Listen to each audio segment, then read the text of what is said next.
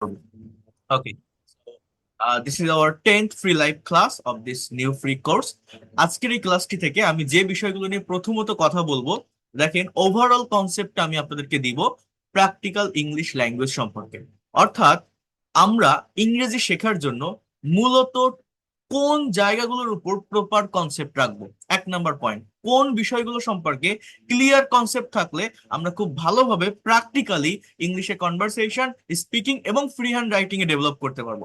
এটা হচ্ছে আমার এক নম্বর পয়েন্ট থাকবে আজকের এই ক্লাসে। দুই নম্বর পয়েন্ট হচ্ছে, যারা ইংলিশ ভোকাবুলারিতে দুর্বল, ভোকাবুলারি ডেভেলপমেন্টের জন্য আপনাকে মূলত কোন জায়গাটায় ফোকাস করতে হবে, কোন ভোকাবুলারি গুলো বেশি করে পড়তে হবে। দুই নম্বর পয়েন্ট। তিন নম্বর পয়েন্ট হচ্ছে, আমরা অনেকেই ভাষা শেখার জন্য দেখেন একটা কম্পালসারি টপিক হচ্ছে এই টেন্সের প্র্যাকটিক্যাল ব্যবহার জানা। সো আমরা টেন্সটাকে বিভিন্ন স্ট্রাকচারের উপর ডিপেন্ড করে পড়ি, বিভিন্ন সেন্টেন্স প্র্যাকটিস করি, কিন্তু এই টেন্সটাকে কিভাবে প্র্যাকটিক্যাল কনভারসেশন এবং প্রেজেন্টেশনে অ্যাপ্লাই করতে পারি, আমরা টেন্সের বিভিন্ন স্ট্রাকচার আমরা শিখি, বাট বাংলায় একটা কথা ভাবলে আমরা ধরতে পারি না, ইনস্ট্যান্টলি আইডেন্টিফাই করতে পারি না যে সেটা কোন টেন্সের সেন্টেন্স হবে। এইটা যাতে আপনি আইডেন্টিফাই করতে সক্ষম হন, সেটা কিভাবে করবেন আমি দেখাবো। কিভাবে যে কোনো সেন্টেন্স বা বাক্যকে আপনি নেগেটিভ ইন্ট্রোগেটিভ, নেগেটিভ ইন্ট্রোগেটিভ করবেন, সেটা আমি আপনাদেরকে দেখাবো। এরপর আমার লাস্ট যে পার্টটা থাকবে আজকের এই ক্লাসের, সেটা হচ্ছে প্র্যাকটিক্যাল রিডিং প্র্যাকটিস। আমি আপনাদের সেভেন্থ বা সিক্সথ ক্লাসে একটা রিডিং স্টোরি পড়িয়েছিলাম। আজ আমি আরেকটা নতুন স্টোরি নিয়ে এসেছি। যারা ইংলিশ রিডিং এ দুর্বল, রিডিং এ দুর্বল মানে কি, আমার কথাগুলো মনোযোগ দিয়ে বোঝার চেষ্টা করবেন, বিষয়টা ভালোভাবে নেওয়ার চেষ্টা করবেন। রিডিং এ দুর্বল মানে কি, অনেকেই আছে এই যে প্যাসেজ, মনে করেন আপনি পড়তে পারেন, দুই একটা সেন্টেন্স চারটা সেন্টেন্স আপনি পড়তে পারছেন, বাট আমরা পড়ে অ্যাকচুয়াল অর্থটা কি, অ্যাকচুয়াল মিনিংটা, এটা আমরা বের করতে পারি না। এটা বের করতে না পারার প্রধান কারণ কি জানেন? প্রধান কারণ হচ্ছে আমরা ভোকাবুলারি জানি না। এর পরের কারণ হচ্ছে আমরা পার্টস অফ স্পিচ আইডেন্টিফাই করতে পারি না। এর পরের কারণ হচ্ছে একটা সেন্টেন্স রিডিং করার পর আমরা জানি না যে এখানে সাবজেক্ট কোনটা, ভার্ব কোনটা, বাক্যটা কোন টেন্সে লেখা আছে, কোথায় ফ্রেজের ব্যবহার আছে, কোথায় ক্লজের ব্যবহার আছে, অ্যাকচুয়ালি সেন্টেন্সটা কি সেন্স দিচ্ছে, এটা আমরা বুঝি না। তো এই জায়গাগুলোতে যারা দুর্বল, অর্থাৎ রিডিং এ যারা দুর্বল, কিভাবে একটা সেন্টেন্স পড়ে তার অ্যাকচুয়াল অর্থ বা মিনিংটা বোঝা যায়, বের করা যায়, একটা সেন্টেন্স বা বাক্যের ভিতর ফ্রেজ বা ক্লজের ব্যবহার কিভাবে হয়ে থাকে, এবং আমরা সাবজেক্টের পর ভার্ব দেখে কিভাবে টেন্স আইডেন্টিফাই করে একদম অ্যাকিউরেট মিনিংটা দিতে পারি, সেটা আমি আপনাদের সম্পূর্ণ স্টোরি, প্র্যাকটিক্যাল স্টোরি প্র্যাকটিসের মাধ্যমে দেখাবো। আমি কিভাবে ক্লাস নিয়ে থাকি, কিভাবে বুঝিয়ে থাকি, যারা রেগুলার আমার ক্লাস করেন তারা জানেন আমি কতটা পরিশ্রম করে প্রত্যেকটা ক্লাস নিয়ে থাকি, এবং আমার ক্লাস করতে হলে আপনাদের ধৈর্য রাখতে হবে, কারণ আমি এই ল্যাঙ্গুয়েজের অরিজিন থেকে বোঝানোর চেষ্টা করি। আমার এই ক্লাসগুলো যারা BCS, bank job, admission test অথবা বিভিন্ন কম্পিটিটিভ এক্সামে বসবেন, যারা আইএলটিএস এর প্রিপারেশন নেবেন, প্রত্যেকের জন্যই অনেক অনেক বেশি ইফেক্টিভ ক্লাস হবে, এতটুকু আমি বলতে পারি। সো আমি এতটুকু অনুরোধ করব, যদি শেখার ইচ্ছা থাকে মনে প্রাণে, লাস্ট পর্যন্ত থাকবেন, একটা ক্লাস লাস্ট পর্যন্ত করে যান। যদি আপনি বেটার কিছু না পান, আপনি তখন বলবেন। সো আমি শুরু করছি তাহলে, একদম প্রথম থেকে একদম ধারাবাহিকভাবে আপনারা মনোযোগ দিয়ে বোঝার চেষ্টা করেন। তাহলে ফার্স্ট আমি কি বলবো, এই ল্যাঙ্গুয়েজটা আসলে কি, আমরা কিভাবে শিখবো, আমরা কেন পারি না, এইগুলো আপনাকে আগে জানতে হবে। যারা আমার একদম ফার্স্ট ক্লাসে জয়েন করেছিলেন, আমি তাদেরকে বলেছিলাম, আপনাদের মনে আছে কিনা জানি না, বাট অনেক অনেকেই নতুন আছেন, আপনারা একবার একটু দেখেন, আমি জাস্ট হাইলাইট করে যাবো এই জায়গাগুলোতে। সেটা হচ্ছে, এক নাম্বার পয়েন্ট, আমি একদম পয়েন্ট টু পয়েন্ট আমি এগোবো। আপনারা প্রত্যেকে যদি সম্ভব হয়, if is it possible, please take a pen and paper with you. I will talk about so many things about this language, and I will show you that how can you start your spoken English learning journey, কিভাবে আপনারা আপনাদের spoken English learning জার্নিটা শুরু করতে পারেন আমি দেখাবো। এইখানে দেখেন, শুরুতে একটা স্ট্রাকচার দেওয়া আছে। এই স্ট্রাকচারটা আপনারা বোঝেন কিনা আমি আগেও দেখিয়েছি, এটা নিয়ে খুব বেশি সময় আমি দিব না কিন্তু, কারণ অনেকগুলো বিষয় আমাকে দেখাতে হবে।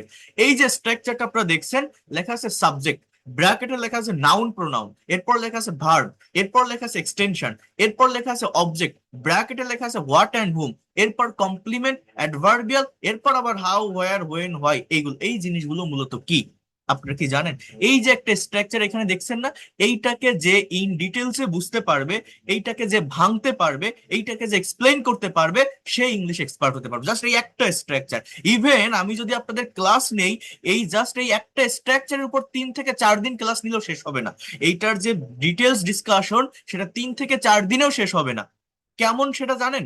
আমি আরেকটু ভেঙে বলি। মনে করেন আমি যদি আপনাকে বলি ইংলিশে একটা সেন্টেন্স বা বাক্য তৈরি করতে গেলে তার প্রপার স্ট্রাকচারটা কি বা কমন স্ট্রাকচারটা কি, আপনারা প্রত্যেকেই বলেন না যে একটা সেন্টেন্স বা বাক্যের স্ট্রাকচার হচ্ছে, দেখেন, subject plus verb plus object. এটা এইটা হচ্ছে ইংলিশ সেন্টেন্সের মূল স্ট্রাকচার, তাই না? Subject plus verb plus object, O B J E C T, object.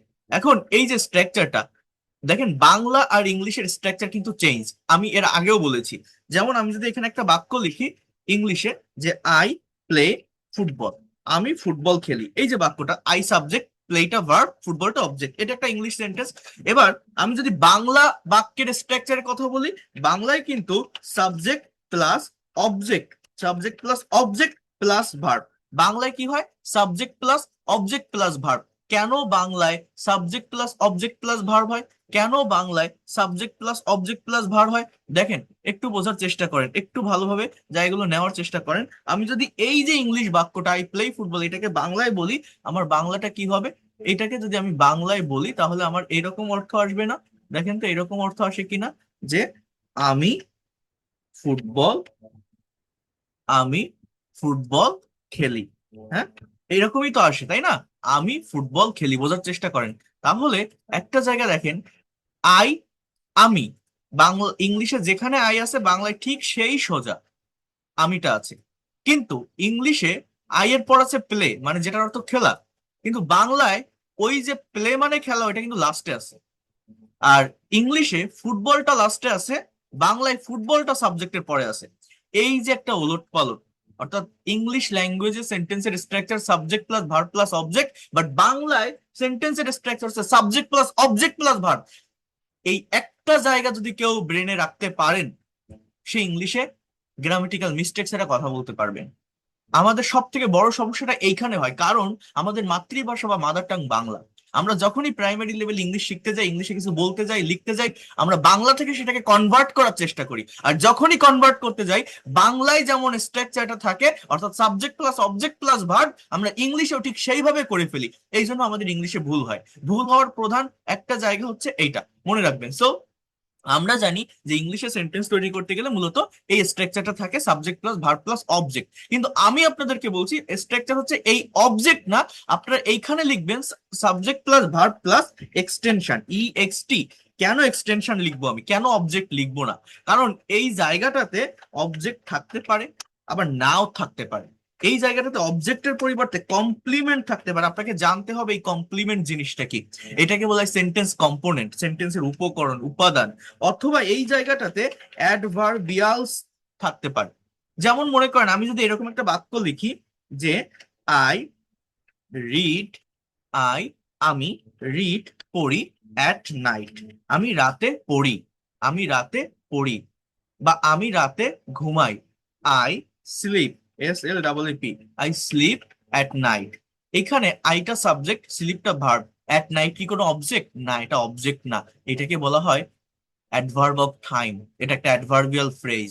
অর্থাৎ আমাদের যে স্ট্রাকচার, যে subject plus verb plus object, এটা আগে ভুলতে হবে। অবজেক্ট মানে কি জানেন? আগে জানতে হবে অবজেক্ট জিনিসটা কি। কোন সেন্টেন্স বা বাক্যের ভার্বকে যদি কি বা কাকে দ্বারা প্রশ্ন করে উত্তর পাওয়া যায়, তাকে অবজেক্ট বলে। আবারও বলছি, কোন সেন্টেন্স বা বাক্যের ভার্বকে যদি কি বা কাকে, হোয়াট অ্যান্ড হুম, দুটো অবজেক্ট ইংলিশ ল্যাঙ্গুয়েজে থাকে, direct object, indirect object, direct বা ইনডাইরেক্টও বলা হয়। হট দ্বারা প্রশ্ন করলে ডাইরেক্ট অবজেক্ট পাওয়া যায়, হুম দ্বারা প্রশ্ন করলে ইনডাইরেক্ট অবজেক্ট পাওয়া যায়। কোনো কোনো বাক্যে একটাও থাকতে পারে, কোনো বাক্যে দুটো অবজেক্টও থাকতে পারে, কোনো বাক্যে অবজেক্ট নাও থাকতে পারে। এই যে বাক্যটা, এখানে কোনো অবজেক্ট নেই, আগে এটা চিনতে হবে, এটা আইডেন্টিফাই করা শিখতে হবে। এগুলোর অনেক কাজ আছে। যে বাক্যে অবজেক্ট থাকে না সে বাক্যের ভার্বকে ইনট্রানজিটিভ ভার্ব বলে, এই স্লিপকে বলা হয় ইনট্রানজিটিভ ভার্ব। যে বাক্যে অবজেক্ট থাকে না সেই বাক্যকে কখনো প্যাসিভ ভয়েস করা যায় না।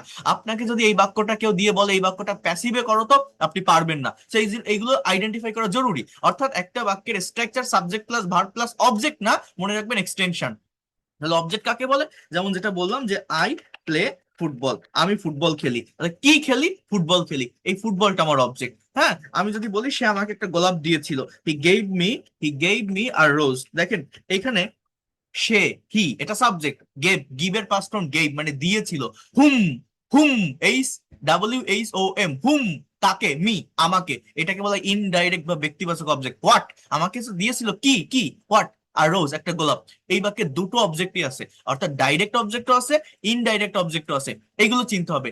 এইবার দেখেন এই কমপ্লিমেন্ট কাকে বলে জানেন? কমপ্লিমেন্ট হচ্ছে কোনো বাক্যে যদি am is আর was were বি ভার্ব গুলো মেইন ভার্ব হিসেবে বসে। For example, he is a student, সে একজন ছাত্র।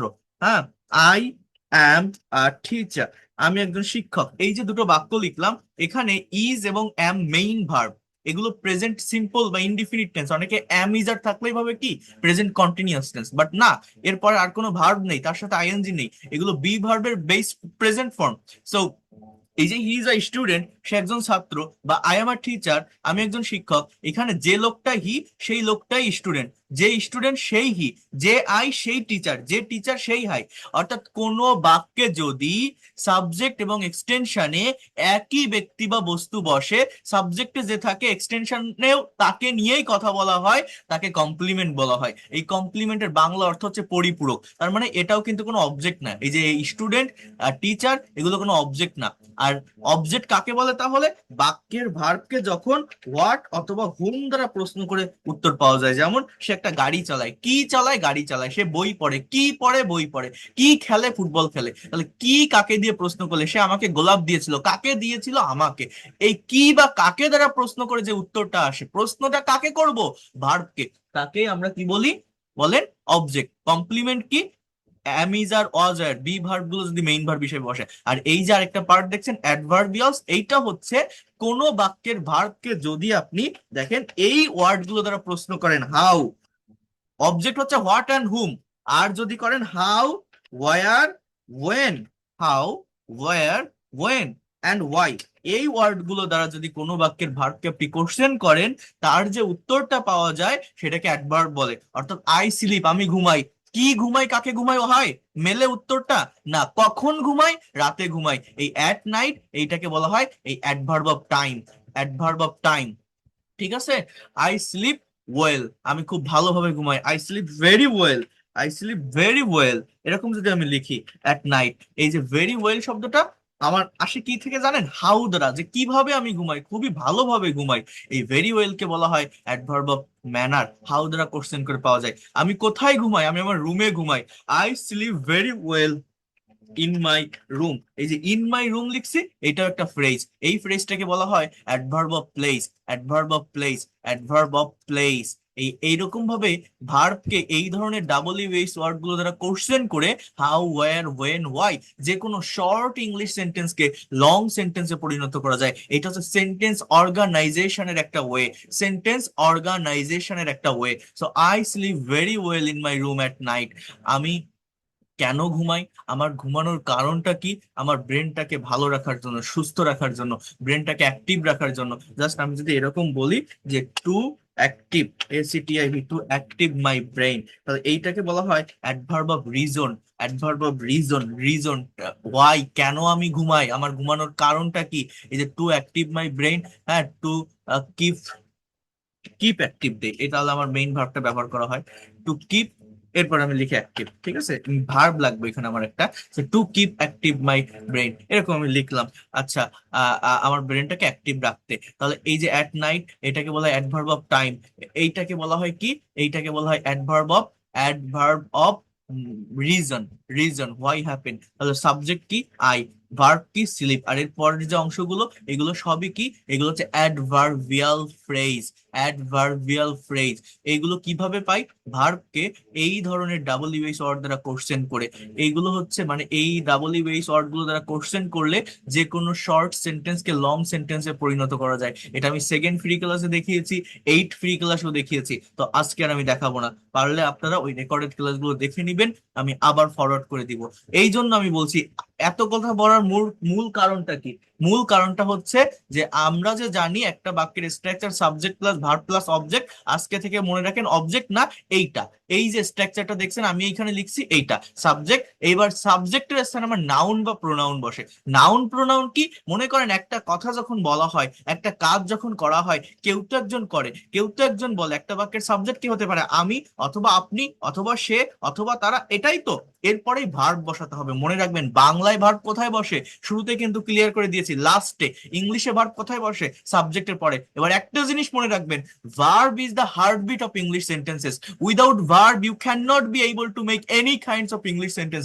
ভার্ব ছাড়া আপনি ইংরেজিতে কোনো ধরনের সেন্টেন্স বা বাক্য তৈরি করতে পারবেন না। সাবজেক্ট নাও থাকতে পারে একটা বাক্যে, বাট ভার্ব ছাড়া কখনোই একটা সেন্টেন্স হবে না। ভার্ব মানে কি? কাজ, ক্রিয়া, অ্যাক্টিভিটিস। আমি যে কাজটা করি, সে যে কাজটা করে, আপনি যে কাজটা করেন, দ্যাট ইজ কল্ড ভার্ব। খাওয়া, পড়া, লেখা, যাওয়া, আসা, নেওয়া, এইগুলো কোথায় বসে? সাবজেক্টের পর। এইবার মনে রাখবেন, সাবজেক্ট আর ভার্ব যদি কেউ পাশাপাশি বসাতে পারে, তারপর যে পার্টটা থাকে, তার পরের যে অংশটা, অর্থাৎ যে এক্সটেনশন, অবজেক্ট না এক্সটেনশন, এই জায়গাটা অটোমেটিক্যালি চলে আসে, অটোমেটিক্যালি এই জায়গাটা পাওয়া যায়। যেমন আমি খাই, আমি কি খাই? আপনি ভাত খান, ডাল খান, রুটি খান, এটা সিচুয়েশন অনুযায়ী যেটা আসে আপনি বসান। আমরা খেলি, কি খেলি? আপনি ফুটবল খেলেন, ক্রিকেট খেলেন, লুডো খেলেন, দাবা খেলেন, আপনি বসান। সো এইভাবে কি বা কাকে দ্বারা প্রশ্ন করলে এই অবজেক্ট আসতে পারে। যদি অবজেক্ট না থাকে তাহলে কমপ্লিমেন্ট হয়, যদি কমপ্লিমেন্ট না থাকে হাউ, হোয়েন, হোয়ার, হোয়াই, এইগুলো দ্বারা প্রশ্ন করে উত্তর আসে। অ্যাডভার্বিয়ালস হয়, যেমন এখানে এগুলো সবই অবজেক্ট। যে কি খাই? ভাত খাই। কি খেলি? ফুটবল খেলি। কি করি? কাজ করি। কি আঁকে? সে ছবি আঁকে। কিন্তু সে, দে গো, তারা যায়। এই গো কে যদি আপনি প্রশ্ন করেন কি যায়, কাকে যায়, উত্তর কি মেলে?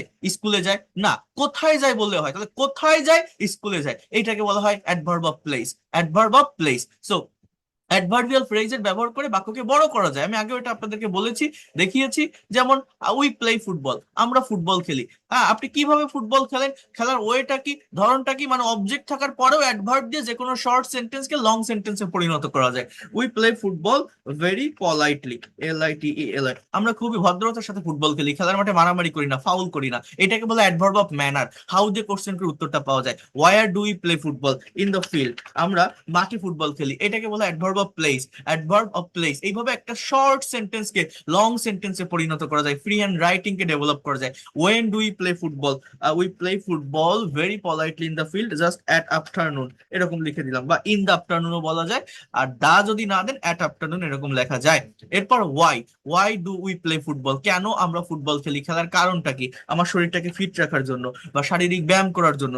টু ডু, ডু মানে করা, টু ডু মানে করতে, এটাকে ইনফিনিটিভ বলে, 2+B1, two do physical exercise. Physical exercise. তো এইভাবে অ্যাডভার্বিয়াল ফ্রেজের ব্যবহার করে যে কোনো শর্ট সেন্টেন্সকে লং সেন্টেন্সে পরিণত করা যায়। এই ভেরি পলাইটলিটা কি? Adverb of manner. In the ফিল্ডটা কি? Adverb of place. Adverb of place. At আফটারনুনটা কি? Adverb of time. Adverb of time. To do physical এক্সারসাইজটা কি? Adverb of reason. Why happen. যে কোনো শর্ট সেন্টেন্সকে এইভাবে বড় করা যায়। এই জন্য আমি বলছি, সবার আগে মনে রাখবেন, ইংলিশ ল্যাঙ্গুয়েজ শেখার একটা কমন স্ট্রাকচার আছে, সেটা হচ্ছে এইটা। এইটা, এই যেটা আপনারা দেখছেন, এইটা, এই সম্পূর্ণটা আপনাকে লিখতে হবে। এইটা যদি কেউ ভালোভাবে বুঝতে পারেন, তার ভাষাটা অনেক অনেক অনেক ক্লিয়ার হয়ে যাবে।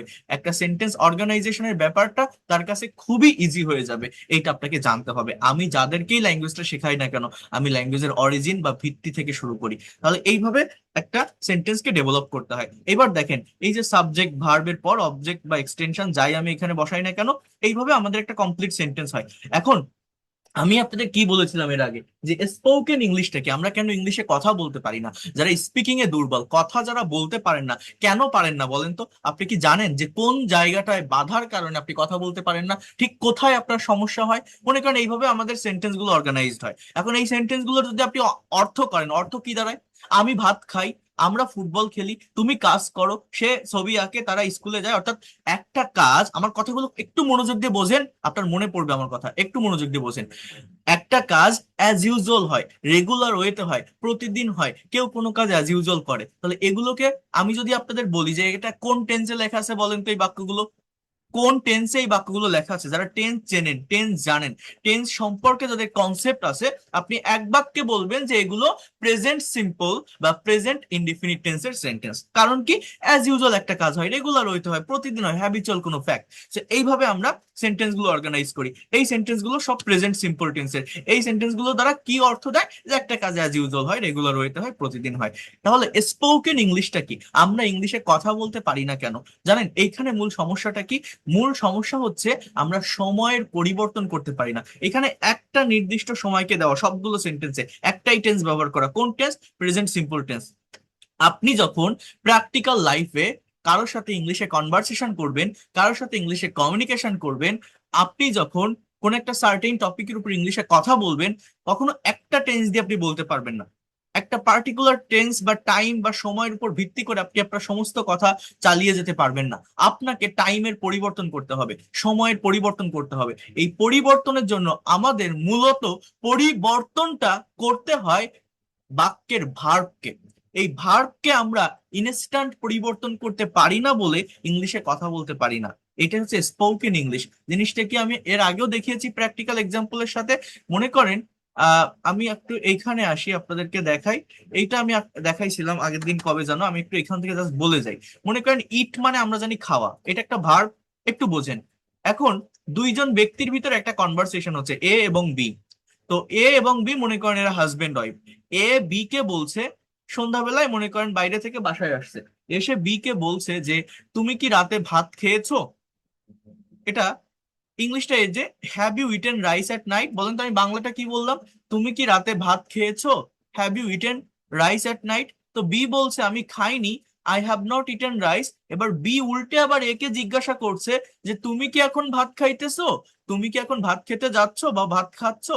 তখন ইংলিশটা এইভাবে বলছে যে are you eating rice now, are you eating rice now. তাহলে এটা কোন টেন্স? Present continuous tense. আগেরটা কোন টেন্স? Present perfect tense. এ উত্তর দিচ্ছে I ate rice in the morning, I will not eat rice now. আমি সকালে ভাত খেয়েছিলাম, আমি এখন আর ভাত খাবো না। আমি সকালে খেয়েছিলাম, আমি এখন খাবো না। এই যে কথাটা সে বললো এইখানে, এটা পাস্ট ইনডিফিনিট, এটা ফিউচার ইনডিফিনিট টেন্সের ব্যবহার করছে। এখন আমি জানি যে ইট মানে খাওয়া। এখন যখন আমি প্র্যাকটিক্যালি দুইজনের ভিতর একটা কনভারসেশন তৈরি করলাম, একটা স্যাম্পল কনভারসেশন, সেখানে দেখেন আপনারা যদি একটু লক্ষ্য করেন, এই প্রতিটা বাক্যে আমি একটা কমন ভার্ব ব্যবহার করছি, সেটা হচ্ছে ইট মানে খাওয়া। মানে প্রত্যেকটা সেন্টেন্সে কিন্তু খাওয়া শব্দটা আছে। প্রত্যেকটা সেন্টেন্সে, এই কনভারসেশনের প্রত্যেকটা সেন্টেন্স বা বাক্যে খাওয়া শব্দটা আছে, যেটা অ্যাকচুয়ালি কি? ভার্ব। কিন্তু ওই খাওয়া শব্দটাকে আমি একটা পার্টিকুলার টাইমে বলিনি, ওই খাওয়া শব্দটাকে আমি বিভিন্ন টাইমে বলেছি। এই বিভিন্ন টাইমে বলার জন্য ওই খাওয়া শব্দটাকে আমার পরিবর্তন করতে হয়েছে। আমি জানি যে খাওয়া, এইটার ইংরেজি হচ্ছে ইট, কিন্তু দেখেন তো এই কনভারসেশন আমি কি কোথাও ইট লিখছি? কোথাও কি ইট আছে? আমরা জানি ইট মানে খাওয়া, কিন্তু সেই খাওয়াটাকে বলতে গিয়ে আমাকে লিখতে হচ্ছে EATEN, eaten, eating, ATE 8, will not eat বা উইল ইট, যেটাই বলি না কেন। ইট কি কোথাও আছে? জাস্ট নেই। ইটেন আছে, ইটিং আছে, এইট আছে, উইল নট ইট আছে। এখন কেন এগুলো হলো, কেন এই ধরনের ফর্মগুলো আসলো? কারণ ওই যে খাওয়া শব্দটা আমি বললাম যে তুমি কি খেয়েছো, না আমি খাইনি, তুমি কি খাইতেছো, আমি তো সকালে খেয়েছিলাম, আমি খাবো না। ওই যে খাওয়া শব্দটাকে আমি বললাম প্রতিটা কোথায়, ওই খাওয়া শব্দটাকে আমি বিভিন্ন টাইমে বলেছি। এই টাইমে পরিবর্তন করার জন্য আমার ভার্বের ফর্মের পরিবর্তন করতে হয়েছে। এই যে ভার্বের ফর্মের পরিবর্তনটা, আপনি যখন ইনস্ট্যান্টলি ইংলিশে কথা বলতে যান, কনভারসেশন করতে যান, স্পিকিং করতে যান, প্রেজেন্টেশন দিতে যান, আপনিও কখনো এরকম একটা স্টেবল টাইমের উপর কথাকে রেখে কনভারসেশন চালিয়ে যেতে পারবেন না, স্পিকিং করতে পারবেন না। আপনাকে সময়ের পরিবর্তন করতে হবে, হতে পারে। সেই পরিবর্তন যখন আপনি করেন, আমরা যখন ইংলিশে কথা বলি, বিভিন্ন টাইমে যখন কথা বলি, সেই টাইম অনুযায়ী, টাইম মানে টেন্স, টেন্স অনুযায়ী ভার্বের যে ফর্মটা আমাকে নিয়ে আসতে হয়, সেইটা আমরা ইনস্ট্যান্টলি নিয়ে আসতে পারি না। জাস্ট এই একটা পয়েন্ট বা একটা ভিত্তির উপর দাঁড় করে স্পোকেন ইংলিশটা থাকে। যে এই জায়গাটা বুঝতে পারে সে ইংলিশ এক্সপার্ট, যে এটা পারে না সে এক্সপার্ট না। তাকে এটা শিখতে হবে, এই ছাড়া স্পোকেন ইংলিশ আর কোনো কিছু নেই। নাথিং, বিশ্বাস করেন, আর কিছুই না। আপনাকে এইটা ভালোভাবে ডেভেলপ করতে হবে। কোনটা? আমি কথা বলছি কারোর সাথে, আমি স্পিকিং করছি, কোন একটা বিষয়ের উপর কথা বলছি। এই যে কথা আমরা বলি, এই কথা কিন্তু আমরা একটা টাইমের উপর বলি না, আমাকে বিভিন্ন টাইমে কথা বলতে হয়। সেই টাইম অনুযায়ী আমাকে ভার্বের ফর্মের পরিবর্তন করতে হয়, ভার্বের ফর্মের পরিবর্তন করতে হয়। এই পরিবর্তনটা আমরা আমাদের ইনস্ট্যান্ট স্পিকিং বা কনভারসেশনে করতে পারি না বলেই ইংলিশে কথা বলতে পারি না, আর কিছুই না। আমাদের ভাষা শেখার জন্য সবার আগে যেটা শিখতে হবে বা ডেভেলপ করতে হবে, সেটা হচ্ছে ভার্বের ফর্ম, যেটাকে বলা হয় conjugation. Conjugation of, conjugation of verbs. এইটা যদি আপনি সবার আগে শিখতে পারেন এই ল্যাঙ্গুয়েজ শেখার জন্য, তাহলে আপনি ভালো কিছু করতে পারবেন। আর এই জায়গায় যদি দুর্বলতা থাকে, আপনি কখনো ইংলিশে ভালো কিছু করতে পারবেন না। এই কথাটা মনে রাখবেন। আপনার ঘরে যদি কোনো ইংরেজি শেখার বই থাকে, যে কোনো বই, প্রত্যেকটা বইতে দেখবেন এই ভার্বের ফর্ম আছে। আমাদের বইগুলোতে ভার্বের তিনটা ফর্ম দেওয়া থাকে, প্রেজেন্ট, পাস্ট এবং পাস্ট পার্টিসিপল। আর দুইটা ফর্ম আছে যেগুলোকে মনে করা হয় যে টেন্স শেখার সাথে সাথে ওটা হয়ে যায়, এজন্য থাকে না। কিন্তু একটা ভার্বের টোটাল পাঁচটা ফর্ম আছে। V1 এটাকে বলে প্রেজেন্ট ফর্ম, V2 এটাকে বলা হয় পাস্ট ফর্ম, V3 এটাকে বলা হয় পাস্ট পার্টিসিপল ফর্ম, V4 এটাকে বলা হয় প্রেজেন্ট পার্টিসিপল ফর্ম, V5 এইটাকে বলা হয় মূলত থার্ড পারসন ফর্ম। এই যে পাঁচটা ফর্ম আমি লিখলাম, প্রত্যেকটা ভার্বের পাঁচটা ফর্ম আছে। এখন আপনি যদি এটা না জানেন, আপনার কোনো কাজ হবে না। কেন জানেন? আমরা কথার এই পরিবর্তনের জন্য, এই যে একটা এইমাত্র আমি বললাম, আমরা কি শিখি বলেন তো? আমরা শিখি টেন্স। টেন্স মানে কি? সময় বা কাল। ইংলিশে তিন প্রকার টেন্স আছে, আমরা জানি না? প্রেজেন্ট, পাস্ট, ফিউচার, জানি তো? প্রত্যেকটা টেন্সের আবার চারটা ভাগ আছে, জানি না? অবশ্যই জানি। কি কি সেটা? Indefinite, continuous, perfect, perfect continuous. এই যে চারটা ভাগ, অর্থাৎ টোটাল টেন্সের স্ট্রাকচার তিনে চারে 12টা। এই যে 12টা টেন্সের স্ট্রাকচার, এই স্ট্রাকচার কি জানেন? 12টা জায়গায় ভার্বের ফর্মের চেঞ্জ। এক একটা টেন্সের স্ট্রাকচারে এক এক ধরনের ভার্ব বসেই মূলত কথার কালের বা সময়ের পরিবর্তন হয়। আর কিছুই না। সাবজেক্ট সাবজেক্টের জায়গায় থাকে, অবজেক্ট অবজেক্টের জায়গায় থাকে, অক্সিলারি ভার্ব এবং মেইন ভার্বের ফর্মের পরিবর্তন হয়। মনে করেন, ইভেন আমি একটা আমার আমার জীবনের একটা বাস্তব ঘটনা থেকে বলি। আমার একজন রিলেটিভস একটা পাবলিক ইউনিভার্সিটিতে ম্যানেজমেন্ট ডিপার্টমেন্টের ফার্স্ট বয়, অনার্স থার্ড ইয়ারে। আমি এবং তার তার সিজিপিএ 3.70, 3.70 তার সিজিপিএ। তো আমি তাকে জিজ্ঞাসা করেছিলাম, সে ভাত খেয়েছিল, এই বাক্যটা ইংলিশে কি হবে? বিশ্বাস করেন, সে বলতে পারেনি। ইভেন আমি বলতে পারি, আপনারা যারা ক্লাস করছেন অধিকাংশ পারবেন না। জাস্ট এই একটা বাক্য, একটা কমন বাক্য, যেটা আমরা ইংরেজি শেখা শুরু করতে গেলে যে বাক্যটা আমরা বলি, যে আমি ভাত খাই, আই ইট রাইস, আমি ভাত খাই, আই ইট রাইস, তাই না? বলি না আমরা? তাহলে সে ভাত খেয়েছিল, এই বাক্যটা ইংরেজি কি? আমি তাকে যখন জিজ্ঞাসা করলাম, সে বলছে যে হি ইটেন রাইস। এরপর বলছে না না, এটা তো পাস্ট টেন্স, খেয়েছিল, তাহলে হি ওয়াজ ইট রাইস। তার বলছে না, হি ডিড ইট রাইস। তার মানে কি বোঝেন? অবস্থাটা কি? একটা পাবলিক ইউনিভার্সিটিতে ম্যানেজমেন্ট ডিপার্টমেন্টের ফার্স্ট বয় ইংলিশের একটা সেন্টেন্স সে বলতে পারেনি। আমাদের বাংলাদেশের অবস্থা এরকম অনেক অনেক অনেক আছে, অনেক। সো ইট মানে খাওয়া, এর একটা V2 বা পাস্ট ফর্ম আছে, এইটা সে জানে না বা জানতো না, এই জন্য সে বলতে পারেনি। সে জানে কি, যে পাস্ট টেন্সে সেন্টেন্স করতে গেলে ডিড বা ওয়াজের ব্যবহার করতে হয়। এই জায়গাটায় আমাদের সব থেকে বড় সমস্যা তৈরি হয়। এই যে ইট মানে এর পাস্ট ফর্ম এইট। আপনি হয়তো পাস্ট টেন্সের স্ট্রাকচার জানেন, যে subject plus V2 plus object, but V2 জিনিসটা আসলে কি? একটা ভার্বের V2টা কি? আমি যদি আপনাকে বলি সে একটা গ্লাস ভেঙেছিল, বলেন তো ইংলিশ কি? এখন আপনি হয়তো টেন্স পড়েছেন যে একটা কাজ অতীতে শেষ হয়েছিল, এরকম থাকলে তাকে পাস্ট টেন্স বলে। তাহলে সে একটা গ্লাস ভেঙেছিল, বাংলা ক্রিয়াপদের শেষে ল বা লাম থাকলে তাকে পাস্ট টেন্স বলে। এরকম হয়তো আপনি টেন্স থেকে পড়ছেন। তাহলে সে ইংরেজি কি? হি। এবার গ্লাস ইংরেজি গ্লাস, দেখেন সাবজেক্ট আর অবজেক্ট বোঝা যায়। এখন আমি বলছি ভেঙেছিল, তাহলে ওই ভাঙা শব্দের ইংরেজি আপনাকে আগে জানতে হবে। ওইটা যদি না জানেন, আপনি কি পারবেন? পারবেন না। এখন হয়তো আপনি জানলেন যে ভাঙা ইংরেজি কি, ব্রেক মানে ভাঙা। এখন ওর আবার পাস্ট ফর্ম কি? ওই যে ব্রেক, ওর আবার V2। এই যদি আপনি না জানেন, যদি আপনি বলেন ব্রোকেন, তাহলে হবে না তো। ব্রোকেন V2 না, ব্রেকের পাস্ট ফর্ম হচ্ছে ব্রোক। অর্থাৎ হি broke, he broke a glass, এর মানে হচ্ছে সে একটা গ্লাস ভেঙেছিল। তাহলে যতক্ষণ আমরা তো ওই বাংলা বাংলার ইংলিশ ওয়ার্ডটাই জানি না, আমাদের যে ভার্ব রিলেটেড বা যে বাংলা ওয়ার্ডটা, ওর ইংলিশটাই জানি না, তাহলে সেখান থেকে পাস্ট ফর্ম তো আরো দূরের কথা। আমাকে এই জিনিসটা বুঝতে হবে, আমরা পারি না কেন? আমরা টেন্স শিখি, বাট টেন্স আসলে কি? ভার্বের ফর্মের চেঞ্জ। আমাদের আগে শিখতে হবে এইটা, conjugation of verb, forms of verb. আমার পেইড কোর্সে যারা আসছেন, আপনারা ভর্তি হয়েছেন, আমি সবার আগে আমি দুইটা ক্লাস নিয়েছি এই পর্যন্ত। একটা হচ্ছে অরিয়েন্টেশন ক্লাস, আর একটা প্রোনাউন্সিয়েশনের উপর। এরপর যে ক্লাসটা নিব এইখান থেকে, অর্থাৎ ভার্বের জায়গাটা থেকে আপনার ইংরেজি শেখা শুরু করতে হবে।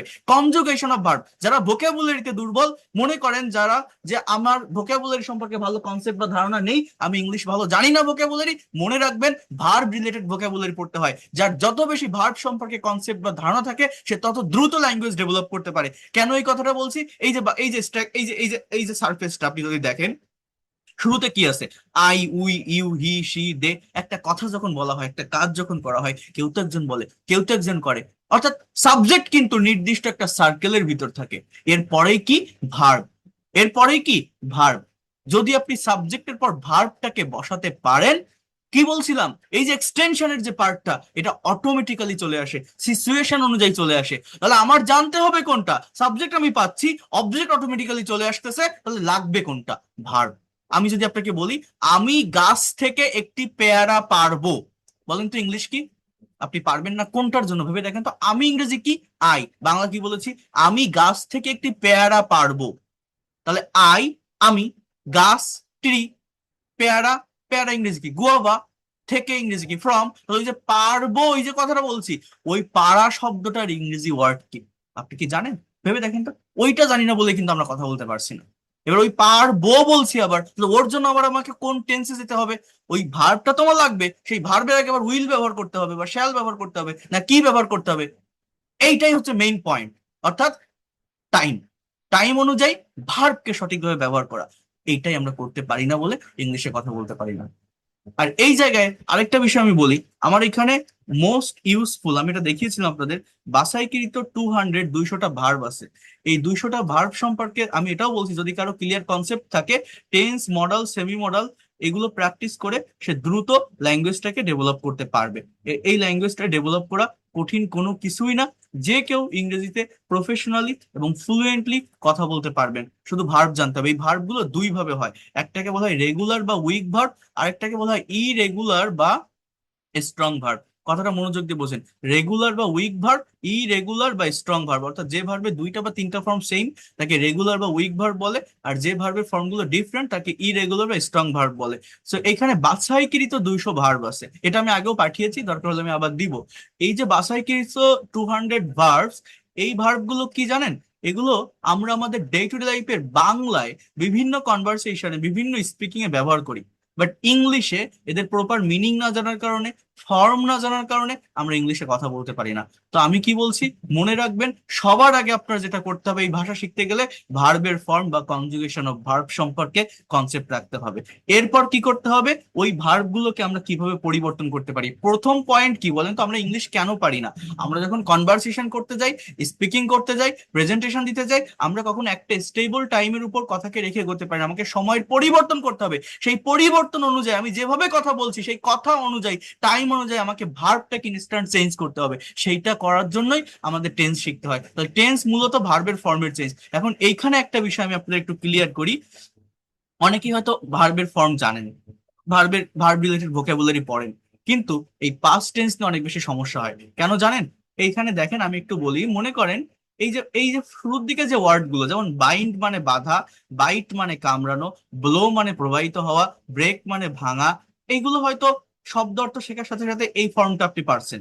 এরপর এই এই 3 নাম্বার যে ফর্ম না, দেখেন, এই যে ব্রোকেন, ব্রড, ব্রডকাস্ট, এই যে ফর্মগুলো, চুজেন, ক্লাং, কাম, এই যে 3 নাম্বার ফর্ম যেটা, এই ফর্মটা অনেকেই পারে বা জানে।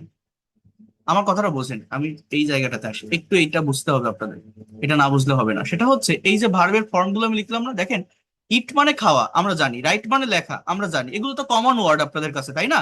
ড্রাইভ মানে চালানো, গো মানে যাওয়া, ড্র মানে আঁকা আমরা জানি। এবার দেখবেন, আপনারা যারা ভার্বের ফর্ম জানেন বা টেন্স শেখেন, এই ইটের আরেকটা ফর্ম আছে ইটেন, এটাও আমরা জানি। রিটেন, এটাও আমরা জানি, অনেকে রাইটেন বলে বাট এটা রিটেন।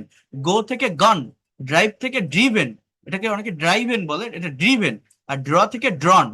দেখেন, 1 নাম্বার ফর্ম আর এই 3 নাম্বার ফর্ম বেশিরভাগ স্টুডেন্ট জানে। কারণ কি, এই 3 নাম্বার ফর্ম গুলো পারফেক্ট টেন্স গুলোতে ব্যবহার হয়, প্রেজেন্ট, পাস্ট, ফিউচার, পারফেক্ট টেন্সে, হ্যাভ, হ্যাজ, হ্যাড বা উইল হ্যাভ এর পরে। অথবা এই ফর্ম গুলো আবার প্যাসিভ ভয়েসে সব স্ট্রাকচারে ব্যবহার হয়। আবার এই যে 3 নাম্বার যে ফর্মটা, এই ফর্মগুলো অ্যাজেক্টিভ হিসাবেও ব্যবহার হতে পারে। তার মানে এদের ব্যবহার অনেক বেশি, এই 3 নাম্বার যে ফর্মটা। হ্যাঁ। আর 1 নাম্বার যে ফর্মটা, এই যে ইট, রাইট, এটা আমাদের মানে শুরুতেই আমরা পেরে যাই, শব্দ অর্থ পড়ার সাথে সাথে এটা আমাদের মনে এসে যায়।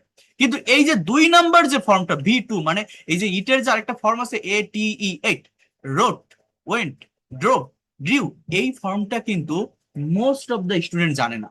এই ফর্মটা সম্পর্কে মোস্ট অফ দ্য স্টুডেন্টের ধারণা নেই, কনসেপ্ট নেই, ফ্যামিলিয়ার না, একবার হয়তো দেখছে বাট সেটা ব্যবহার করতে পারে না। কিন্তু আমি আপনাদেরকে বলে রাখি, 12টা টেন্সের স্ট্রাকচার ইংলিশ আছে না, যদি আপনি আমাকে বলেন সব থেকে কঠিন এবং হার্ড কোনটা, পাস্ট সিম্পল বা past indefinite tense.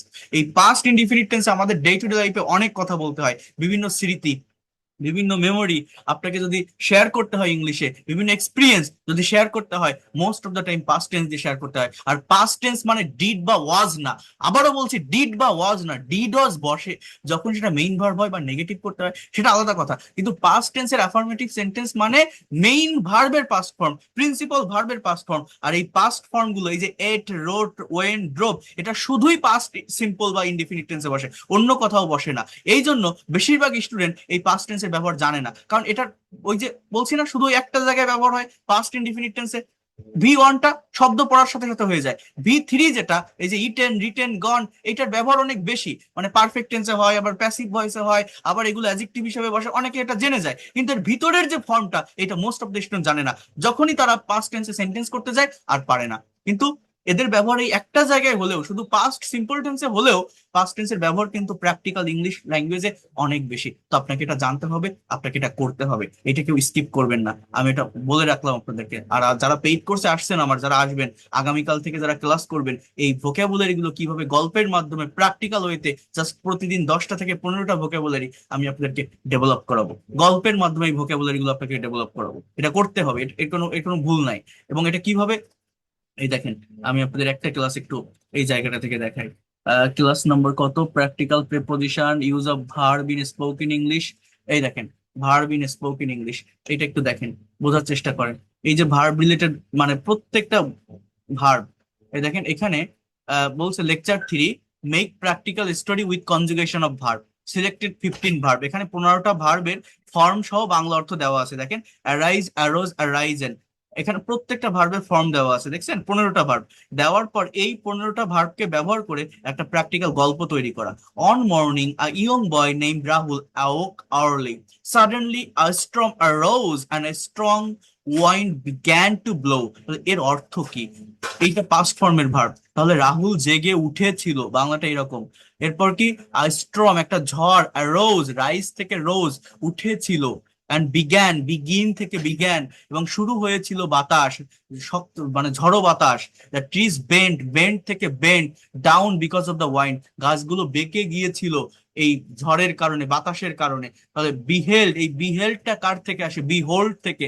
Rahul looked outside and beheld a strange animal near his gate, Rahul বাইরে তাকালো এবং দেখলো, অবলোকন করলো, এই বিহেল্ড মানে অবলোকন করা, দেখা, একটা অদ্ভুত প্রাণী তার গেটের কাছে। It was a rare breed of wool. So এই যে বিজিস, এই বিজিস কার থেকে আসে জানেন, বিজিস থেকে বিসর্ট। হ্যাঁ, এরপর দেখেন এই যে বাউন্ড, বাইট। সো এইগুলো, এই ভার্ব গুলো কি আপনি জানেন? আপনি হয়তো কমন 20টা, 25টা, 50টা ভার্ব জানেন, শত শত ভার্ব আছে যার past form, past participle form, Bangla অর্থ আপনি জানেন না, বাট সেগুলো প্র্যাকটিক্যাল লাইফে অনেক বেশি ব্যবহার হয়। তাহলে আপনি যদি ভার্বের অর্থই না জানেন, ভার্বের ফর্মই না জানেন, টেন্স শিখে, অন্যান্য স্ট্রাকচার শিখে কোনো লাভ হবে? কেন আমরা ইংলিশ জানি না? এবার আপনি নিজেকে প্রশ্ন করে দেখেন। তো এইগুলো আমি আপনাদেরকে শেখাবো ধারাবাহিকভাবে আগামীকাল থেকে, যারা পেইড কোর্সে আসছেন। এবং এগুলোর আবার বাংলা দেওয়া আছে, দেখেন, এই যে ভার্ব রিলেটেড যে গল্পগুলো আমি আপনাদের পড়াবো, তার বাংলাও দেওয়া আছে এবং অর্থ কি সেটা দেওয়া আছে। তো এইভাবে যদি আপনি প্র্যাকটিস করতে পারেন প্রতিদিন 10টা বা 15টা ভার্ব নিয়ে, 10 থেকে 15 দিন বা 20 দিনের ভিতর আপনার এই 200টা ভার্ব কমপ্লিট হয়ে যাবে। এই 200টা ভার্ব সম্পর্কে যদি কেউ অ্যাটলিস্ট ক্লিয়ার কনসেপ্ট রাখতে পারে, আমি এতটুকু বলতে পারি, ইংলিশ নিয়ে তার কোনো ধরনের সমস্যা হবে না, বিশেষ করে প্র্যাকটিক্যাল সেন্টেন্স তৈরি করা নিয়ে। যে কোনো কথা আপনি বাংলায় ভাবলে সেটা আপনি ইংলিশে বলতে সক্ষম হবেন। কেন সক্ষম হবেন, কোন জায়গায় এরপর ফোকাস করতে হবে, এরপর আমাকে দেখতে হবে এই যে ভার্ব গুলোকে আমি ব্যবহার করছি বিভিন্ন ফর্মে, এটাকে কিভাবে টেন্স এবং প্র্যাকটিক্যাল জায়গাগুলোতে আমরা অ্যাপ্লাই করতে পারি, কেমন সেটা আপনারা এবার এই জায়গাটাতে একটু ফোকাস দেন। তাহলে আমি 1 নম্বর পয়েন্ট আপনাকে কি বলছি বলেন তো, conjugation of verb. Point number 1 আমি কি বলছি, আপনাকে কি জানতে হবে, কনজুগেশন অফ ভার্ব। এই যে ভার্বের ফর্ম, ভার্বের ফর্ম, ভার্ব সম্পর্কে আপনার কনসেপ্ট রাখতে হবে। এবার 2 নম্বর পয়েন্ট কি জানেন, 2 নম্বর পয়েন্ট হচ্ছে আমাকে টেন্স সম্পর্কে কনসেপ্ট রাখতে হবে, টেন্স। এখন আপনারা জানেন যে ইংলিশে 12টা টেন্স আছে। এই 12টা টেন্স আমি যদি আপনাদেরকে লিখি বা লিখে দেখাই, আমি এখানে লিখছিলাম বাট আমি এটা এক একটা করে আলাদা করে লিখে দেখাই। দেখেন, মনে করেন হি ড্রাইভস আ কার, আমার কথাটা বোঝেন, এই বাক্যটার অর্থ কি, সে একটা গাড়ি চালায়, এটা কোন টেন্স, সাবজেক্টের পর ভার্বের প্রেজেন্ট ফর্ম, এটা প্রেজেন্ট ইনডিফিনিট টেন্স। আমি যদি আপনাদেরকে বলি হি ড্রোভ এ কার, এটা কোন টেন্স, পাস্ট ইনডিফিনিট টেন্স। আমি যদি বলি হি উইল ড্রাইভ আ কার, এটা কোন টেন্স, ফিউচার ইনডিফিনিট টেন্স। তাহলে সেন্টেন্স তৈরি করতে গেলে আমার দেখেন সাবজেক্ট সাবজেক্টের জায়গায় আছে, অবজেক্ট অবজেক্টের জায়গায় আছে, এদের কি কোনো পরিবর্তন হয়েছে? আমার কথার পরিবর্তন, কালের পরিবর্তন বা সময়ের পরিবর্তনের জন্য পরিবর্তনটা কোথায় করতে হয়েছে বলেন তো?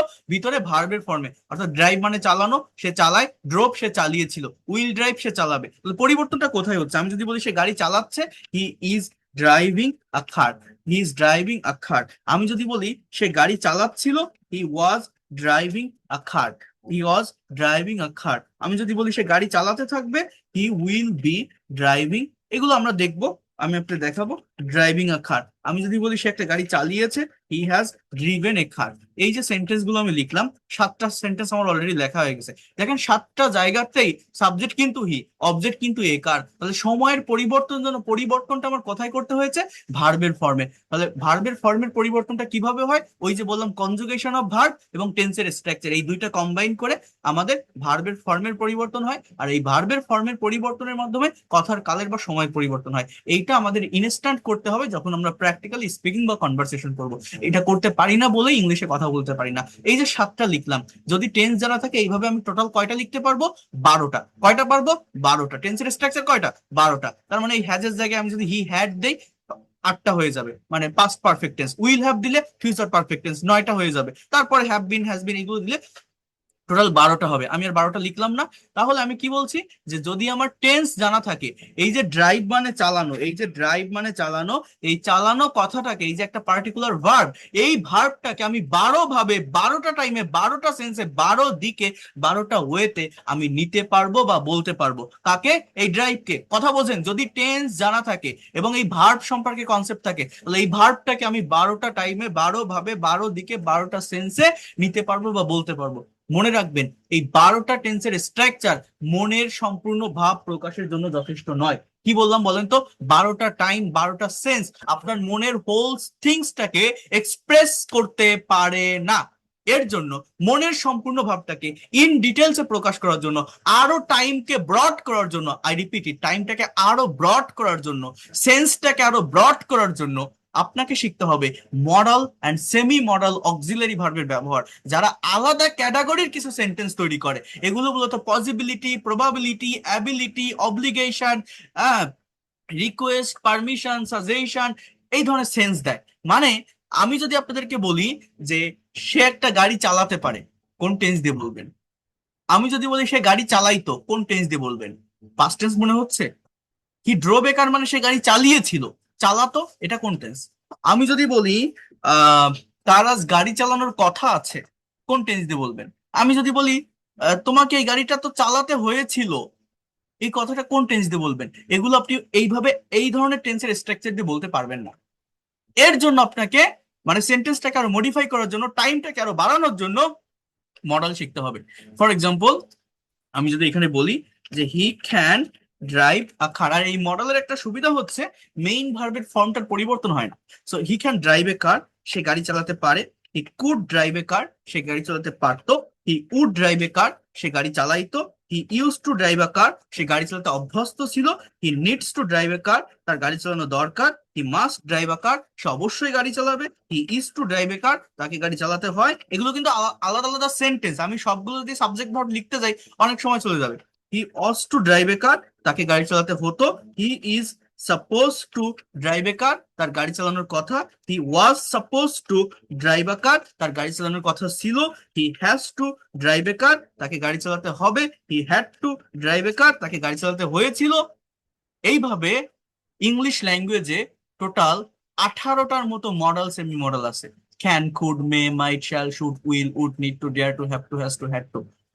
আপনার যদি এই 12টা টেন্স প্লাস 18টা মডেল, সেমি মডেল সম্পর্কে ক্লিয়ার কনসেপ্ট বা সঠিক ধারণা থাকে, টোটাল আপনি 30টা সেন্টেন্স তৈরি করতে পারবেন একটা পার্টিকুলার ভার্ব দিয়ে। এই যে ড্রাইভ মানে চালানো, এই চালানো কথাটাকে 30 ভাবে, 30টা টাইমে, 30 দিকে, 30টা ওয়েতে, 30টা সেন্সে আপনি নিতে পারবেন বা বলতে পারবেন। যেটা আপনি যদি করতে সক্ষম হন, পারতে সক্ষম হন, whatever you think in Bengali, you will be able to speak in English. I repeat it, whatever you think in Bengali, you will be able to speak in English. কেউ আপনাকে আটকাতে পারবে না। ইংরেজি শেখার জন্য এই এক্সপ্রেশন শিখুন, এই স্ট্রাকচার, ওই স্ট্রাকচার, 66টা স্ট্রাকচার, 120টা, নাথিং, কিছুই লাগবে না। অরিজিন জায়গাটাতে আপনি আসেন। আপনাকে শেখার জন্য 1 নাম্বার কাজ হচ্ছে ভার্ব জানতে হবে। আমি 200টা বাছাইকৃত ভার্ব আপনাকে দিলাম, আপনি মুখস্থ করেন, ডেভেলপ করেন যেভাবে হোক, যে ওয়েতে হোক, এবং এরপরে টেন্স, মডাল, সেমি মডাল, এই 3টা টপিকের উপর কনসেপ্ট রাখেন। আরেকটা টপিক জানতে হয় প্যাসিভ ভয়েস। এই প্যাসিভ ভয়েস কি, এটা আমার ফ্রি ক্লাসটা দেখবেন, তাহলে আপনি বুঝতে পারবেন, রেকর্ড দেওয়া আছে। তো এটা করলে কি হবে, টেন্স জানলে আমি 12টা টাইমে একটা কথাকে বলতে পারবো, একটা ভার্বকে নিতে পারবো। আমার দরকার কি, একটা কথাকে একটা কিভাবে কতগুলো ওয়েতে কত বেশি টাইমে নিতে পারি বা বলতে পারি। আর টেন্স দিয়ে মনে সব ভাব প্রকাশ করা যায় না, এটাকে আরো ডেভেলপ করার জন্য আমাকে শিখতে হবে মডাল এবং সেমি মডালের ব্যবহার। এটা যদি আমার জানা থাকে, যেটাই আপনি বাংলায় ভাবেন না কেন, আপনি ইংলিশে করতে, বলতে, লিখতে সক্ষম হবেন। কেউ আপনাকে আটকাতে পারবে না এই জায়গাটাতে। আমার লেখা যে বইটা আছে, স্পিক ইংলিশ উইথ সোনামু, আপনারা অনেকেই এই বইটা নিয়েছেন, অর্ডার করেছেন। এই বইটার একদম ফার্স্ট চ্যাপ্টারে, এই যে বইটা, এই বইটা কতটা ইফেক্টিভ, আপনারা তো বাংলাদেশে অনেক লক্ষ লক্ষ সাবস্ক্রাইবার, ফলোয়ার, নাম করা টিচারদের বই কেনেন। আমি আমি এটা করতে পারিনি বা পারি না, আমি একটা পার্মানেন্ট জায়গায় আছি, আমি রেগুলার এখানে ওই ধরনের কন্টেন্ট তৈরি করা, বা আমার অফলাইনে কোনো কোর্স নাই বা ভিডিও নাই, বা ওইভাবে আমি দিতে পারি না। এই যে আমি আমার ইউটিউবে আমার 2টা চ্যানেল আছে, দুইটাই মনিটাইজ করা, একটাতে 36,000 সাবস্ক্রাইবার, আরেকটাতে হয়তো এরকম কত 6,000 না কত, যেটাতে পেইড কোর্সে ইয়ে করে ক্লাসগুলো থাকে। এখন আমি তো ক্লাসগুলোকে ওইভাবে মডিফাইড করতে পারি না, বা ওই যে আলাদাভাবে কন্টেন্ট তৈরি করা ক্যামেরা দিয়ে, এটা ওটা আমি এটা করতে পারি না, বা আমি মানে ফুল টাইমটা আমি এখানে দিতে পারি না। মেইন কথা হচ্ছে এই, আমি এই যে আপনাদের যে ক্লাস নিচ্ছি 1.5 ঘন্টা 2 ঘন্টা ধরে, এই লং ক্লাস কেউ দেখতেও চায় না। আপনারা তো দেখছেন, ধৈর্য ধরে, আপনার শেখার ইচ্ছা আছে, আগ্রহ আছে তাই, বাট কি সিম্পলি কেউ দেখতে চায়? মানুষ দেখে কোনটা, যেটা অতিরঞ্জিত করা, এক্সাজারেশন করা, রংচং করা। এই এক্সপ্রেশন গুলো শিখে রাখুন ইংরেজি শেখার জন্য, কাল থেকে ইংরেজিতে কথা বলতে পারবেন। ইংরেজি শেখার জন্য এই 12টা সেন্স শিখে রাখুন। কিচেনে এই ইংলিশ বলতে হয়, ট্রেনে এই ইংলিশ গুলো ব্যবহার করতে হয়, বাসে এই ইংলিশ বলতে হয়। এইভাবে তো আমি ওই ওই কন্টেন্ট বা কিছু ছোট ছোট ডায়লগ বা অন্যদেরকে নিয়ে তৈরি করতে পারি না, মানে ইন্টারাক্টিভ করতে পারি না। আমি জাস্ট এই যা ক্লাস নিচ্ছি এটা এবার ছেড়ে দেই, কেন সারি? যাতে করে আমার স্টুডেন্ট যারা ক্লাস করেছে তারা আরেকবার সেটা দেখতে পারে, বা যারা মিস করেছে তারা দেখতে পারে। মানে আমি এইটা নিয়ে ফুল টাইম আমি ওইভাবে দিতে পারি না, বা আমার অফলাইনেও কিন্তু কোনো কোর্স না, আমি আমার ফ্রি টাইম বা লেজার টাইম এই ক্লাসগুলো নিয়ে থাকি। তো যদি আমি এখানে ফুল টাইম দিতে পারতাম, হয়তো এরকম বড় কিছু করে ফেলতে পারতাম। তো আলহামদুলিল্লাহ আমি যে জায়গায় আছি ভালো আছি। তো যে কথাটা আমি আপনাকে বলতে চাচ্ছি সেটা হচ্ছে, এই ছোট ছোট কন্টেন্ট দেখে কখনো ভাষা শেখা যায় না। ভাষা শিখতে গেলে ভাষার অরিজিন থেকে দেখতে হবে, বুঝতে হবে, নিতে হবে। আপনারা অনেক বড় বড় লেখকের বই হয়তো কিনতে পারেন, অনেক বড় লেখক, বড় বড় সাবস্ক্রাইবার, ফলোয়ার, অনেক কিছু আছে, কিন্তু এই বইটা একবার আপনারা যদি পারেন কোনোদিন নিয়ে দেখবেন, এটার প্রাইস 500 টাকা, অনেক প্রিমিয়াম কোয়ালিটির একটা বই। টোটাল ডেলিভারি চার্জ 90 টাকা, টোটাল 590 টাকা দিয়ে বাংলাদেশের যে কোনো প্রান্ত থেকে আপনি রিসিভ করতে পারবেন, বই হাতে পেয়ে টাকা পরিশোধ করতে পারবেন।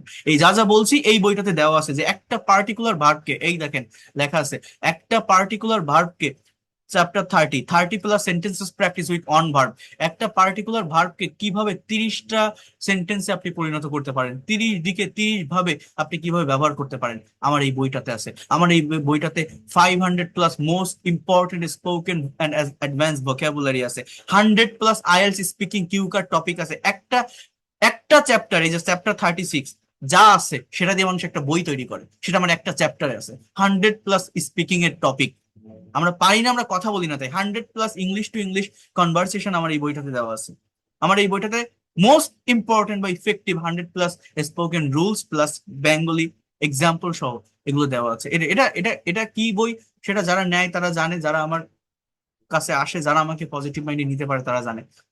যদি কেউ পারেন এটা নিয়ে দেখবেন, আপনার জীবনের অনেক বড় একটা অ্যাসেট বা সম্পদ হয়ে থাকবে। আর কিছু আমি বলছি না, কারণ আমি হয়তো অত lakh lakh subscriber, fan follower বানাতে পারিনি, বাট আমি একটা পাবলিক ইউনিভার্সিটি থেকে English language and literature graduation করছি, আমি আইএলটিএস দিয়েছি, আমি ল্যাঙ্গুয়েজটা জানি, পারি, বুঝি। এই জন্য আমি শেখাই, কারণ আমার কাজটা কি, আমার স্টুডেন্টদেরকে সঠিক গাইডলাইনটা দেওয়া। কারণ আমি তো দেখছি বাংলাদেশে হাজার হাজার লক্ষ লক্ষ মানুষ ইংলিশ শিখতে চায়, তারা শেখে, বিভিন্ন জায়গায় যায়, ফিরে আসে, ভালোভাবে শিখতে পারে না, ব্যর্থ হয়। তাহলে শেখার সঠিক গাইডলাইনটা কি, ওয়েটা কি? এই যে ফ্রি ক্লাসগুলো, আমি তো একটা দুইটা ডেমো ক্লাস নিচ্ছি না যে জাস্ট আপনাকে ভর্তি করাবো, ভর্তি করায় না এমন কেউ নাই। আছে, আমি আপনাকে সারা জীবন ফ্রিতে কেন পড়াবো? আমার কোনো লাভ আছে? কোনো বেনিফিট আছে? অবশ্যই আমার পেইড কোর্স আছে, সবাই থাকবে, এখানে লুকোচুরি করার কিছুই নাই। অবশ্যই আমি টাকা দিয়ে ক্লাস করাবো, কোর্স করাবো। যারা আসবে তারা করবে, যাদের টাকা আছে, যারা প্রিমিয়াম ব্যাচে ভর্তি হতে চায়, যারা প্রফেশনাল বা এক্সপার্ট হতে চায়, তারা অবশ্যই সেখানে আসবে। বাট এই যে ফ্রি ক্লাসগুলো নিচ্ছি, এখান থেকে কি আপনি কিছু শিখতে পারছেন না? আমি কি বিজ্ঞাপন দিচ্ছি আপনাকে জাস্ট? একবার আপনি ভাবেন তো, কতগুলো ক্লাস নিয়েছি আমি, একটা বা দুইটা ডেমো ক্লাস নিয়েছি না।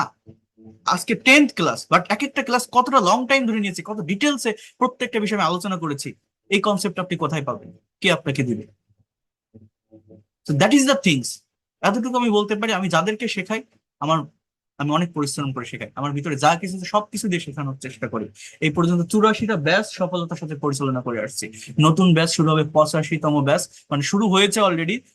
একদম ফার্স্ট ক্লাস, মানে ওরিয়েন্টেশন ক্লাস ছিল, পরে প্রোনাউন্সিয়েশনের উপর একটা ক্লাস নিয়েছি।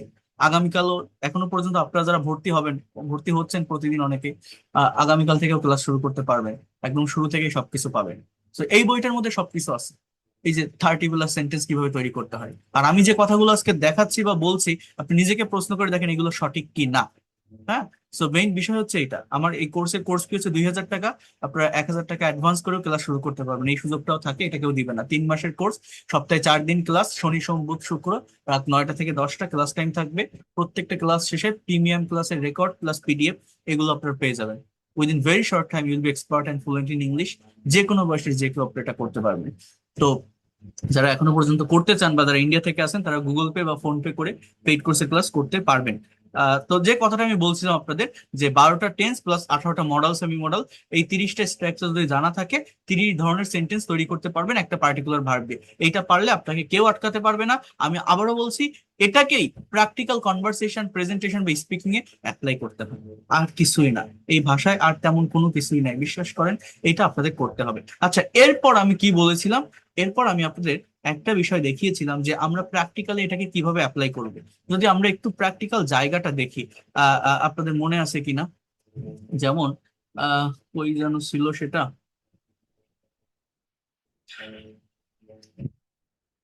এই জায়গাটাতে একটু দেখেন। আমি আপনাদের দেখাইছিলাম যে কিভাবে আমরা বিভিন্ন টাইম মেনটেন করে ইংলিশে কথা বলি বা প্রেজেন্টেশন দিই। এটা যদি আমি ধারাবাহিকভাবে টেন্সের এই পার্টটা থেকে দেখাতাম তাহলে আরো বেশি ভালো হতো। আহ এখান থেকেই দেখায়, হ্যাঁ, আপনাদের টেন্সের কথা যেহেতু আমি বলছি, সো টেন্স মডেল সেমি মডেলকে কিভাবে প্র্যাকটিক্যালি ইউজ করতে হবে বা অ্যাপ্লাই করতে হবে, আপনারা সেটা একটু দেখেন। আর টেন্স মানে কি, আমি কি বললাম বলেন তো আপনাদের? ভার্বের ফরম্যাট চেঞ্জ। জাস্ট আমি কি বললাম? টেন্স মানে কি, ভার্বের ফরম্যাট চেঞ্জ। আবারও বলছি, সাবজেক্ট সাবজেক্টের জায়গায় থাকে, অবজেক্ট অবজেক্টের জায়গায় থাকে। কথার কালের বা সময়ের পরিবর্তনের জন্য ভার্বটার পরিবর্তন হয়। এখন আমি আপনাদেরকে আমি আপনাদেরকে একটু বলি যে ধাপে ধাপে এই টেন্স গুলোকে প্র্যাকটিক্যালি শিখে কিভাবে কনভারসেশন এবং স্পিকিং করতে হয়, একটু আপনারা দেখেন, সময় দেন, বুঝতে পারবেন ধাপে ধাপে এই টেন্স গুলো দিয়ে কিভাবে কনভারসেশন থেকে স্পিকিং এ ডেভেলপ করা যায় বা উন্নত করা যায়। আমরা একটু দেখি তাহলে। দেখেন টপিক, এখানে এটা বলছে যে present past and future indefinite tense এর প্র্যাকটিক্যাল ব্যবহার। এখন তিনটা ইনডিফিনিট মানে সিম্পল টেন্স, মানে একটার সাথে একটা কম্পেয়ার করে টেন্স শিখতে হয়। এই দেখেন, subject plus V1, subject plus V2, subject plus will plus V1। I eat আমি খাই, আই এইট আমি খেয়েছিলাম, আই উইল ইট। পরিবর্তন কোথায় বলেন তো? ভার্বে। দেখেন, জাস্ট এটা আপনি 3বার প্র্যাকটিস করেন, আর কিছু লাগবে না। আই ইট রাইস আমি ভাত খাই, আই এইট রাইস আমি ভাত খেয়েছিলাম, আই উইল ইট রাইস আমি ভাত খাবো। হি গোস টু স্কুল সে স্কুলে যায়, হি ওয়েন্ট টু স্কুল সে স্কুলে গিয়েছিল, he will go to school সে স্কুলে যাবে। দে প্লে ফুটবল তারা ফুটবল খেলে, দে প্লেড ফুটবল তারা ফুটবল খেলেছিল, দে উইল প্লে ফুটবল তারা ফুটবল খেলবে। শি সিংস আ সং সে একটা গান গায়, শি স্যাং আ সং সে একটা গান গেয়েছিল, she will sing a song সে একটা গান গাইবে। সো এইভাবে আমি আমার স্টুডেন্টদের প্রথমে প্র্যাকটিস করাবো এই 3টা সিম্পল টেন্স। কেন? মনে রাখবেন 12টা যে টেন্স আছে না, 12টা টেন্সের ভিতরে সব থেকে বেশি ব্যবহৃত হয় এই সিম্পল বা ইনডিফিনিট টেন্স গুলো। ঠিক আছে? সো এইভাবে কম্পেয়ার করে করতে হবে। একটা কাজ কেউ অ্যাজ ইউজুয়াল করে বা রেগুলার হইতে করে, প্রেজেন্ট ইনডিফিনিট বা প্রেজেন্ট সিম্পল। গতকাল হয়েছিল পাস্ট ইনডিফিনিট বা পাস্ট সিম্পল, ভবিষ্যতে হবে ফিউচার ইনডিফিনিট বা ফিউচার সিম্পল। শেষ। আর তো কিছু নেই এখানে, এখানে তো বুঝতে কোনো সমস্যা নাই। এখন দেখেন যে বিষয়টা দাঁড়ায় সেটা কি জানেন? সেন্টেন্স শুধু তৈরি করলে হবে না, একটা সেন্টেন্স বা বাক্যকে নেগেটিভ ইন্টারোগেটিভ, নেগেটিভ ইন্টারোগেটিভ করা শিখতে হবে। সেইটার উপায় কি, আমি একটু আরেকটা জায়গা থেকে আপনাদের দেখায় আসি, তাহলে বুঝতে সহজ হবে। কোথায় যেন আমি লিখতেছিলাম, এখানে একটু দেখেন। এই যে আমি টেন্স টেন্স লিখলাম না, এখানে 7টা সেন্টেন্স লিখলাম না। একটা কথা মনে রাখবেন, এই যে 7টা সেন্টেন্স আমি লিখলাম, বিভিন্ন টেন্সে আমি লিখলাম, তাই না? Present past future indefinite continuous perfect লিখলাম। এখন একটা সেন্টেন্স বা বাক্যকে তো শুধু এইভাবে লিখলে হবে না, আমার একটা বাক্যকে নেগেটিভ করতে হবে, ইন্ট্রোগেটিভ করতে হবে, নেগেটিভ ইন্ট্রোগেটিভ করতে হবে, WH word plus negative interrogative করতে হবে। যদি এটা আপনি করতে সক্ষম হন, তাহলে আপনি ইংলিশে দ্রুত ফ্লুয়েন্সি নিয়ে আসতে পারবেন। আবারও বলছি, ফ্লুয়েন্সি নিয়ে আসতে পারবেন। মানে বিষয়টা কেমন জানেন? এই যে হি ড্রাইভস এ কার, এখানে একটা মজার বিষয় আছে। সেটা কি জানেন? আমাদের টেন্সের 12টা স্ট্রাকচার আছে না, একটা পার্টিকুলার সেন্টেন্সকে আপনি ভেঙে ভেঙে ভেঙে ভেঙে 12টা সেন্টেন্সে পরিণত করতে পারেন, ট্রান্সফর্ম করতে পারেন। এইটা যদি কেউ করতে সক্ষম হয় তার দ্রুত ফ্লুয়েন্সি আসে। একটা কথা বলি, যে কোনো সেন্টেন্স বা বাক্যকে নেগেটিভ করার নিয়ম হচ্ছে ওই সেন্টেন্স বা বাক্যের ভিতর যে হেল্পিং বা অক্সিলারি ভার্ব থাকে তার সাথে নট বসানো। আর হেল্পিং বা অক্সিলারি ভার্ব সাবজেক্টের আগে আনলে সেন্টেন্সটা ইন্ট্রোগেটিভ হয়। আমাদের টেন্সের টোটাল স্ট্রাকচার 12টা। 12টা স্ট্রাকচারের ভিতর 10টাতেই অ্যাফার্মেটিভ বা মেইন সেন্টেন্সে হেল্পিং বা অক্সিলারি ভার্ব থাকে, 2টা টেন্সে থাকে না, প্রেজেন্ট ইনডিফিনিট এবং পাস্ট ইনডিফিনিট। সাবজেক্টের পর V1, সাবজেক্টের পর V2।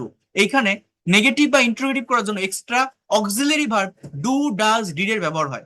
মানেটা কি জানেন? এই দেখেন, হি উইল ড্রাইভ এ কার, এইটাকে আমি যদি এখন নেগেটিভ করি, আমার নেগেটিভটা হচ্ছে এরকম হবে যে he will not, will not K contrast বা সংক্ষেপে ওন্ট বলে, হি ওন্ট ড্রাইভ এ কার, সে গাড়ি চালাবে, আমার কথাটা বোঝেন, সে গাড়ি চালাবে না। এবার আমি যদি বলি সে কি গাড়ি চালাবে, তখন হয় উইল হি ড্রাইভ এ কার, এটা interrogative.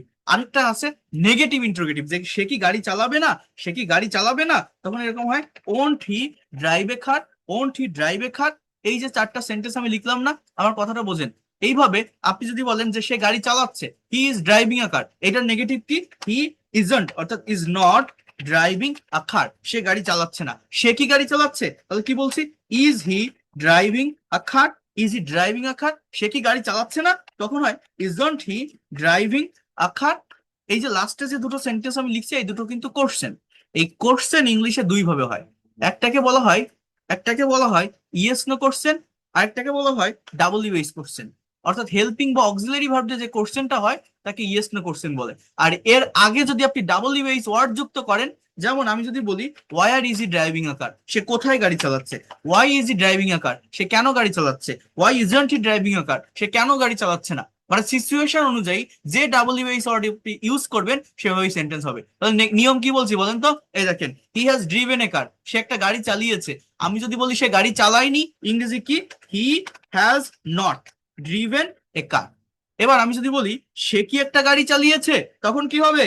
Has he driven a car, has he driven a car, সে কি গাড়ি চালায়নি, তখন কি হবে? Hasn't he driven a car, hasn't he driven a car. এখন আমি যদি বলি সে কোথায় গাড়ি চালিয়েছে, তখন এইখানে just where has driven a car. Question তৈরির নিয়ম কি?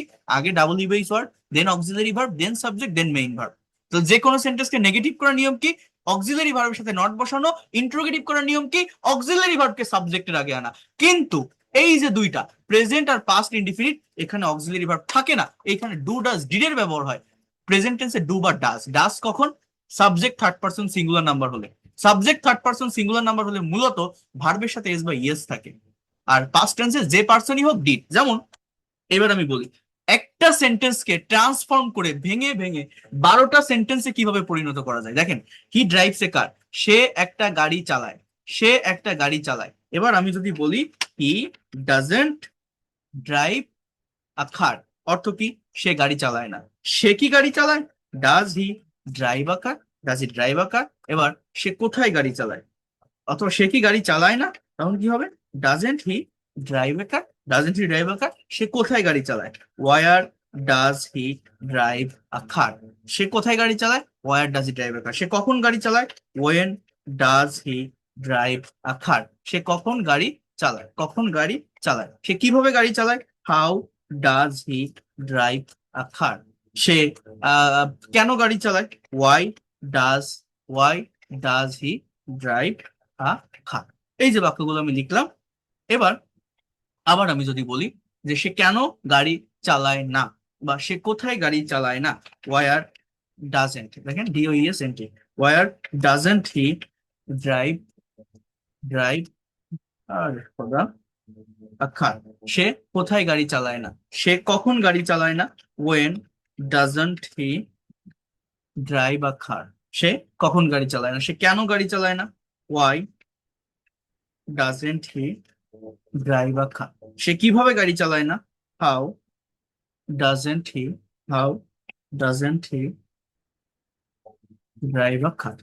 এই যে বাক্যগুলো আমি লিখলাম, একবার দেখেন তো, একটা সেন্টেন্স ছিল না, এই একটা সেন্টেন্সকেই কিন্তু আমি ট্রান্সফর্ম করছি।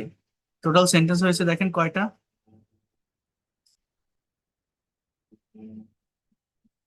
টোটাল 12টা সেন্টেন্স হয়েছে। ওই এক থেকে যদি আমি শুরু করি, কি হলো? আচ্ছা যাই হোক, এর রোমান সংখ্যায় আসছে। তো টোটাল এখানে 12টা সেন্টেন্স হয়েছে, 12টা। এই 12টা সেন্টেন্স যদি আপনি একদমে এক নিঃশ্বাসে বলতে পারেন, যদি বাংলা সেন্টেন্স দেওয়া থাকে ইংলিশ বলতে পারেন, তাহলে কি হবে? তাহলে আপনার ফ্লুয়েন্সিটা বাড়বে। এই দেখেন, হি হি ড্রোভ এ কার, সে একটা গাড়ি চালিয়েছিল। শুধু বাক্য তৈরি করলে হবে না, শুধু টেন্স জানলে হবে না, সেটাকে ট্রান্সফর্ম করা শিখতে হবে। হি ড্রোভ এ কার, সে গাড়ি চালায়নি। হি ডিডন্ট, ডিড নট, হ্যাঁ, drive, he did not drive a car. সে কি গাড়ি চালিয়েছিল, কি হবে? Did he drive a car. সে কি গাড়ি চালায়নি, তখন কি হবে? Didn't he drive a car. সে কোথায় গাড়ি চালিয়েছিল, কি হবে? Where did he drive a car. সে কেন গাড়ি চালিয়েছিল? Why did he drive a car. সে কিভাবে গাড়ি চালিয়েছিল? How did he drive a car. এইভাবে কিন্তু এই টেন্স গুলো ফাংশন হয়। এখন এই টেন্সের ফাংশন আমি কিভাবে আমার স্টুডেন্টদেরকে ধারাবাহিকভাবে ধাপে ধাপে ডেভেলপ করাই, এটা আপনারা একটু 1 মিনিটে দেখেন। তারপর আমি দুইটা গুরুত্বপূর্ণ বিষয় আমি দেখাবো। প্র্যাকটিসটা কিভাবে করতে হবে। তো তার আগে একটু দেখেন, এইভাবে দেখেন আমার সিম্পল বা ইনডিফিনিট টেন্সের পিডিএফটা তৈরি করা। এবার নেগেটিভ সেন্টেন্স কিভাবে হবে দেওয়া আছে, দেখেন। আই ডোন্ট ইট রাইস, আমি ভাত খাই না। আই ডিডন্ট ইট রাইস, আমি ভাত খাইনি। আই ওন্ট ইট রাইস মানে উইল নট ইট রাইস, আমি ভাত খাবো না। He doesn't go to school, সে স্কুলে যায় না। He didn't go to school, সে স্কুলে যায়নি। He won't go to school, সে স্কুলে যাবে না। তো এইভাবে নেগেটিভ করা। আবার ইন্ট্রোগেটিভ গুলো দেওয়া আছে, যেমন ডু আই ইট রাইস, আমি কি ভাত খাই, তাহলে ইন্ট্রোগেটিভ কিভাবে হবে? অক্সিলারি ভার্ব সাবজেক্টের আগে আনলে। ডিড আই ইট রাইস, আমি কি ভাত খেয়েছিলাম। উইল আই ইট রাইস, আমি কি ভাত খাবো। Does he go to school, সে কি স্কুলে যায়। Did he go to school, সে কি স্কুলে গিয়েছিল। Will he go to school, সে কি স্কুলে যাবে। ডু দে প্লে, তারা কি খেলে। ডিড দে প্লে, তারা কি খেলেছিল। উইল দে প্লে, তারা কি খেলবে। তো এইভাবে অ্যাফার্মেটিভ, নেগেটিভ, ইন্ট্রোগেটিভ, তিনটা সিম্পল টেন্স কম্পেয়ার করে আমি এটা আপনাদের শেখাবো। এটা যারা পেইড কোর্সে আসছেন তারা পাবেন। এরপর এখানে 20টা সেন্টেন্স আছে, তিনটা ইনডিফিনিট টেন্স রিলেটেড প্র্যাকটিক্যাল প্র্যাকটিসের জন্য। এইটা যদি আপনি করতে সক্ষম হন, তাহলে আমি বুঝতে পারবো যে আপনার এই টেন্স সম্পর্কে কমপ্লিট কনসেপ্ট এসেছে। যেমন আমি প্রতিদিন সকালে হাঁটি, আই ওয়াক এভরি মর্নিং। সে গতকাল একটি চিঠি লিখেছিল, হি রোট আ লেটার ইয়েস্টারডে। তুমি কি আগামীকাল ঢাকা যাবে, will you go to Dhaka tomorrow. তাহলে আমি পারছি, পারলে আমার মনে করতে হবে যে আমি এটা পারবো। এইবার দেখেন, এইবার দেখেন, এই যে ফাংশনটা, এটা কমপ্লিট করার পর, এইটা কমপ্লিট করার পর আমার এই এই এই লেকচার 2-তে দেওয়া আছে কিছু প্র্যাকটিক্যাল কনভারসেশন। অর্থাৎ সেন্টেন্স অ্যাফার্মেটিভ, নেগেটিভ, ইন্ট্রোগেটিভ তিনটা টেন্স কম্পেয়ার করে এখানে দেওয়া আছে কি প্র্যাকটিক্যাল কনভারসেশন, যেটা আপনাকে প্র্যাকটিস করতে হবে, যাতে করে আপনি নেগেটিভ ইন্ট্রোগেটিভের কনসেপ্ট আরো ভালোভাবে পান। মানে এই কনভারসেশন গুলো সেভাবেই সেট আপ করা, যেখানে থার্ড পার্সন সিঙ্গুলার সাবজেক্ট হলে যে ডাজ হবে, অথবা নেগেটিভ করলে যে does not plus V one হবে, ইন্ট্রোগেটিভে কখন ডু হয়, এগুলো লেখা আছে। যেমন রাজীব অ্যান্ড সুমন, রাজীব বলছে, তুমি কি খুব সকালে ঘুম থেকে ওঠো। Do you get up early in the morning. Yes I get up at 6 AM, but my brother doesn't get up early. বলছে যে ডাজ হি এক্সারসাইজ রেগুলারলি। তার মানে এই জায়গাগুলো আমাকে বুঝতে হবে, প্র্যাকটিক্যাল কনভারসেশন আমাকে আসতে হবে। পাস্ট টেন্সের কনভারসেশন কেমন হয় দেখেন, মিনা এবং রিনা গতকালের কাজ নিয়ে কথা বলছে। আমি একটা পাস্ট টেন্সের কনভারসেশন আপনাকে একটু এখান থেকে দেখাই। এই দেখেন, রাজু এবং মিনা, মনে করেন দুইজনের ভিতরে একটা কথোপকথন। তো রাজু বলছে, শুভ বিকাল মিনা, তুমি কেমন আছো। তো শুভ বিকাল Mina, good afternoon Mina, how are you. Mina বলছে, আমি ভালো আছি, তোমার অবস্থা কি। I am good, what about you. এবার দেখেন, একটু বোঝেন। রাজু বলছে, গতকাল তোমার বাসায় গিয়েছিলাম, কিন্তু তোমাকে পেলাম না। গতকাল সন্ধ্যায় কোথায় গিয়েছিলে। দেখেন তো আপনি এই কথাগুলো ইংলিশে বলতে পারেন কিনা। কি হবে জানেন, দেখেন রাজু কি বলছে, রাজু কি বলছে, try to understand here. I, এটা সাবজেক্ট, ওয়েন্ট এটা ভার্ব। তার মানে আমি গিয়েছিলাম, I went, I went to your house yesterday. Yesterday কেন ওয়েন্ট বসালাম, পাস্ট টেন্স। অ্যাফার্মেটিভ সেন্টেন্স করতে গেলে মেইন ভার্বের ভি টু পাস্ট ফর্ম বসাতে হবে। I went to your house yesterday, কিন্তু তোমাকে পেলাম না। But I didn't get you, I didn't get you, আমি তোমাকে পেলাম না। গতকাল সন্ধ্যায় কোথায় গিয়েছিলে, কি হবে, where did you go. Where did you go last, last বা yesterday evening, evening, yesterday evening, আর কিছুই না। এবার এবার দেখেন, বলছে 21শে বই মেলায় গিয়েছিলাম। যখন অ্যাফার্মেটিভ সেন্টেন্স হবে তখন আবার কি করতে হবে, ভি টু। যেমন আই ওয়েন্ট টু দা, একটু সে এটা এইভাবেই রাখবেন। বই মেলা, বই মেলা, বুক ফেয়ার না লিখে ঠিক যেভাবে বাংলাটা আছে এইভাবে রাখবেন। আই ওয়েন্ট টু দা একুশে বই মেলা, আর কিছুই না। বলছে সত্যি, রিয়েলি, দেখেন, রিয়েলি, রিয়েলি। এবার বলছে তুমি কি সেখানে একা গিয়েছিলে? তাহলে পাস্ট টেন্সটা প্র্যাকটিস করে যদি এইভাবে একটা কনভারসেশন আপনি প্র্যাকটিস করতে পারেন, আর কোনো সমস্যা থাকবে? ভেবে দেখেন তো কি হবে।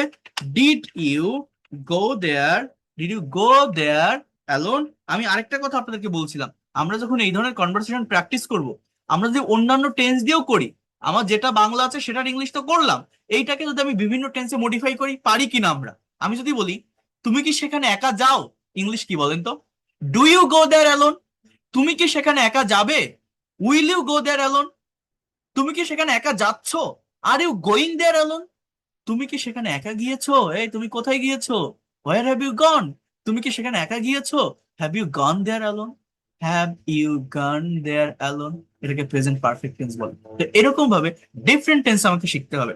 প্র্যাকটিক্যালি না শিখলে ল্যাঙ্গুয়েজ কখনোই ডেভেলপ করা যাবে না। তো আমি যেটা বলছিলাম, ওই সিম্পল টেন্স গুলো প্র্যাকটিস করে, প্রত্যেকটা টেন্সের উপর কনভারসেশন আছে, কনভারসেশন অনেক অনেক কনভারসেশন আছে। এইটা প্র্যাকটিস করার পর আপনাকে দিয়ে আমি কি করাবো জানেন? স্পিকিং প্র্যাকটিস করাবো। স্পিকিংটা কেমন, এটা আমি আপনাদের লাস্ট একটা ক্লাসে আপনাদেরকে বলেছিলাম, হয়তো আপনাদের মনে থাকার কথা। মানে তিনটা টেন্স, তিনটা টাইমের উপর ভিত্তি করে কিভাবে কথা বলতে পারবেন। যেমন টপিক ছিল মাই উইকেন্ড, আমার ছুটির দিন। এখানে আপনাকে সময়ের পরিবর্তন করা শিখতে হবে। ওই যে আমি বললাম আমরা কেন ইংরেজি পারি না, আমরা টাইমের চেঞ্জ করতে পারি না। মনে করেন আমার সাধারণ ছুটির দিন, গত ছুটির দিন এবং আগামী ছুটির দিন নিয়ে আমি ইংলিশে কথা বলবো। এখানে একটা ফুল প্রেজেন্টেশন আছে, আপনারা যদি একবার একটু দেখেন, জাস্ট একবার ফোকাস করেন। Hi everyone, today I will talk about my weekend. আমি আমার ছুটির দিন নিয়ে কথা বলবো। এবার দেখেন, usually I do not work on Friday. সাধারণত আমি শুক্রবার কাজ করি না। I wake up late and eat a special breakfast. আমি দেরিতে ঘুম থেকে উঠি এবং স্পেশাল ব্রেকফাস্ট করি। I watch TV in the afternoon. আমি বিকালে টিভি দেখি। অ্যাজ ইউজুয়াল কোনো একটা কাজ হয়, এইটা কোন টেন্স? এই তিনটা বাক্য প্রেজেন্ট ইনডিফিনিট টেন্স। এইবার কি বলছে দেখেন কিভাবে সময় পরিবর্তন করছে। However last Friday was different. গত শুক্রবার ভিন্ন ছিল। I visited a historical place with my friends. আমি আমার বন্ধুদের সাথে ঐতিহাসিক জায়গা ভ্রমণ করেছিলাম। Visited. We took many photos and eight biryani for lunch. Took eight, took eight. আমরা অনেক ছবি তুলেছিলাম এবং বিরিয়ানি খেয়েছিলাম দুপুরে। We return home in the evening. আমরা সন্ধ্যায় বাড়ি ফিরেছিলাম। তাহলে এটা আমার অতীতের, আমি গত শুক্রবার কি করেছিলাম। এবার আমি যদি বলি আপনি আগামী শুক্রবার কি করবেন, টাইমে চেঞ্জ করতে হবে। চেঞ্জটা কোথায় হবে? ভার্বে। কি হবে? Next weekend I will stay at home. আমি বাড়িতে থাকবো। I will clean my room. আমার রুম পরিষ্কার করব। And will read a story book. এবং একটা গল্পের বই পড়বো। I will not go outside. আমি বাইরে যাব না।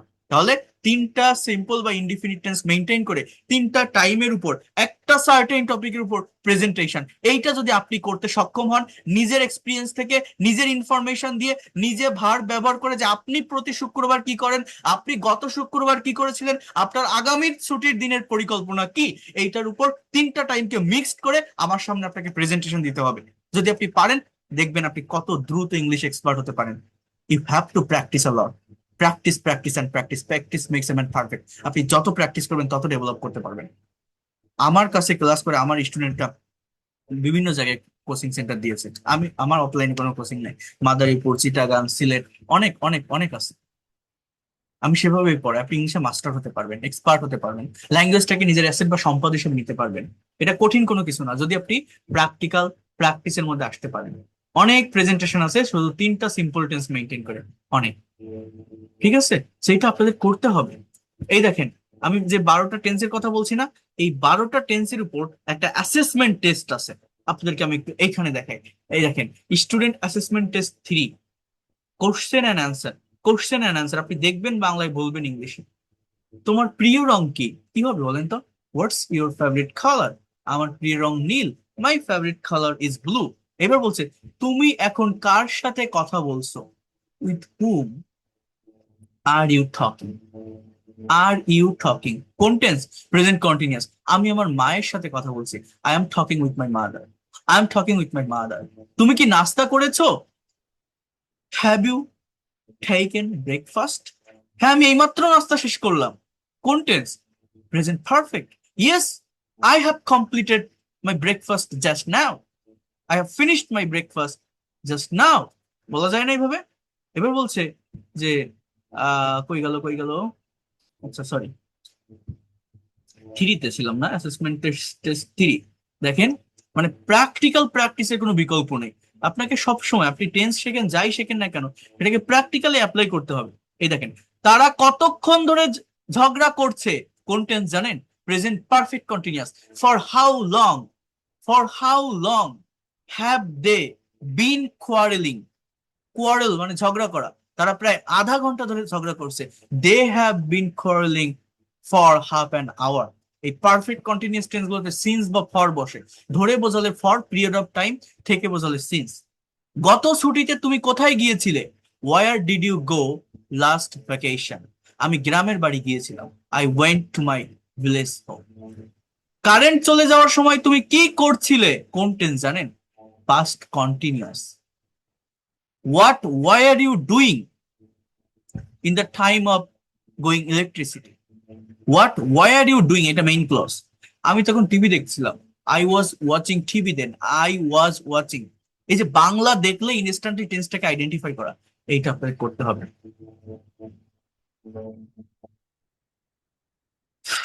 তুমি কি তাকে আগেই টাকা দিয়েছিলে? Have you given him money before? হ্যাঁ, সে চাওয়ার আগে আমি তাকে দিয়েছিলাম। সো সেন্টেন্স গুলো আপনি যদি প্র্যাকটিস করতে পারেন, এরকম প্রায় 15টা অ্যাসেসমেন্ট টেস্ট আছে, 15টা। একবার ভাবেন, ধারাবাহিকভাবে যদি এই 15টা অ্যাসেসমেন্ট টেস্ট আপনি কমপ্লিট করতে পারেন, আপনি কেন আটকে যাবেন? কেন আপনি ইংলিশ পারবেন না? আপনাকে প্র্যাকটিক্যালি ল্যাঙ্গুয়েজটা শিখতে হবে। এই জায়গাটা থেকে আমি প্র্যাকটিক্যালি শেখাই। দেখেন, তিনটা পারফেক্ট টেন্সের উপর প্র্যাকটিক্যাল প্র্যাকটিস প্রথমে দেওয়া আছে। সেন্টেন্স কিভাবে তৈরি করবেন সেটা দেওয়া আছে। কিভাবে নেগেটিভ, কিভাবে ইন্টারোগেটিভ হবে সেটা দেওয়া আছে। পারফেক্ট টেন্সের উপর, জাস্ট পারফেক্ট টেন্সের উপর প্র্যাকটিক্যাল কনভারসেশন দেওয়া আছে। Can you imagine that? এই জায়গাটা একটু আসেন, এই জায়গাটাতে একটু আসেন আপনি, আপনি ইমাজিন করতে পারবেন। কই গেল সেটা? আর একটু সামনে আসি, জাস্ট ওয়েট আ মিনিট। দেখেন, শুধু পারফেক্ট টেন্সের উপর, শুধু পারফেক্ট, প্রেজেন্ট পারফেক্ট। পরীক্ষার ফলাফল নিয়ে রিনা এবং মিম শুধুই পারফেক্ট, আর কিছুই না। রিনা বলছে, তুমি কি পরীক্ষার রেজাল্ট দেখেছো? Have you seen the exam result? Mina বলছে, না আমি এখনো চেক করিনি। I didn't check it yet. Sorry, I haven't checked, have not. তুমি কি দেখেছো? Have you seen? হ্যাঁ আমি পাস করেছি, ইয়েস আই হ্যাভ পাসড। কিন্তু রাজীব ফেল করেছে, বাট রাজীব হ্যাজ ফেইলড।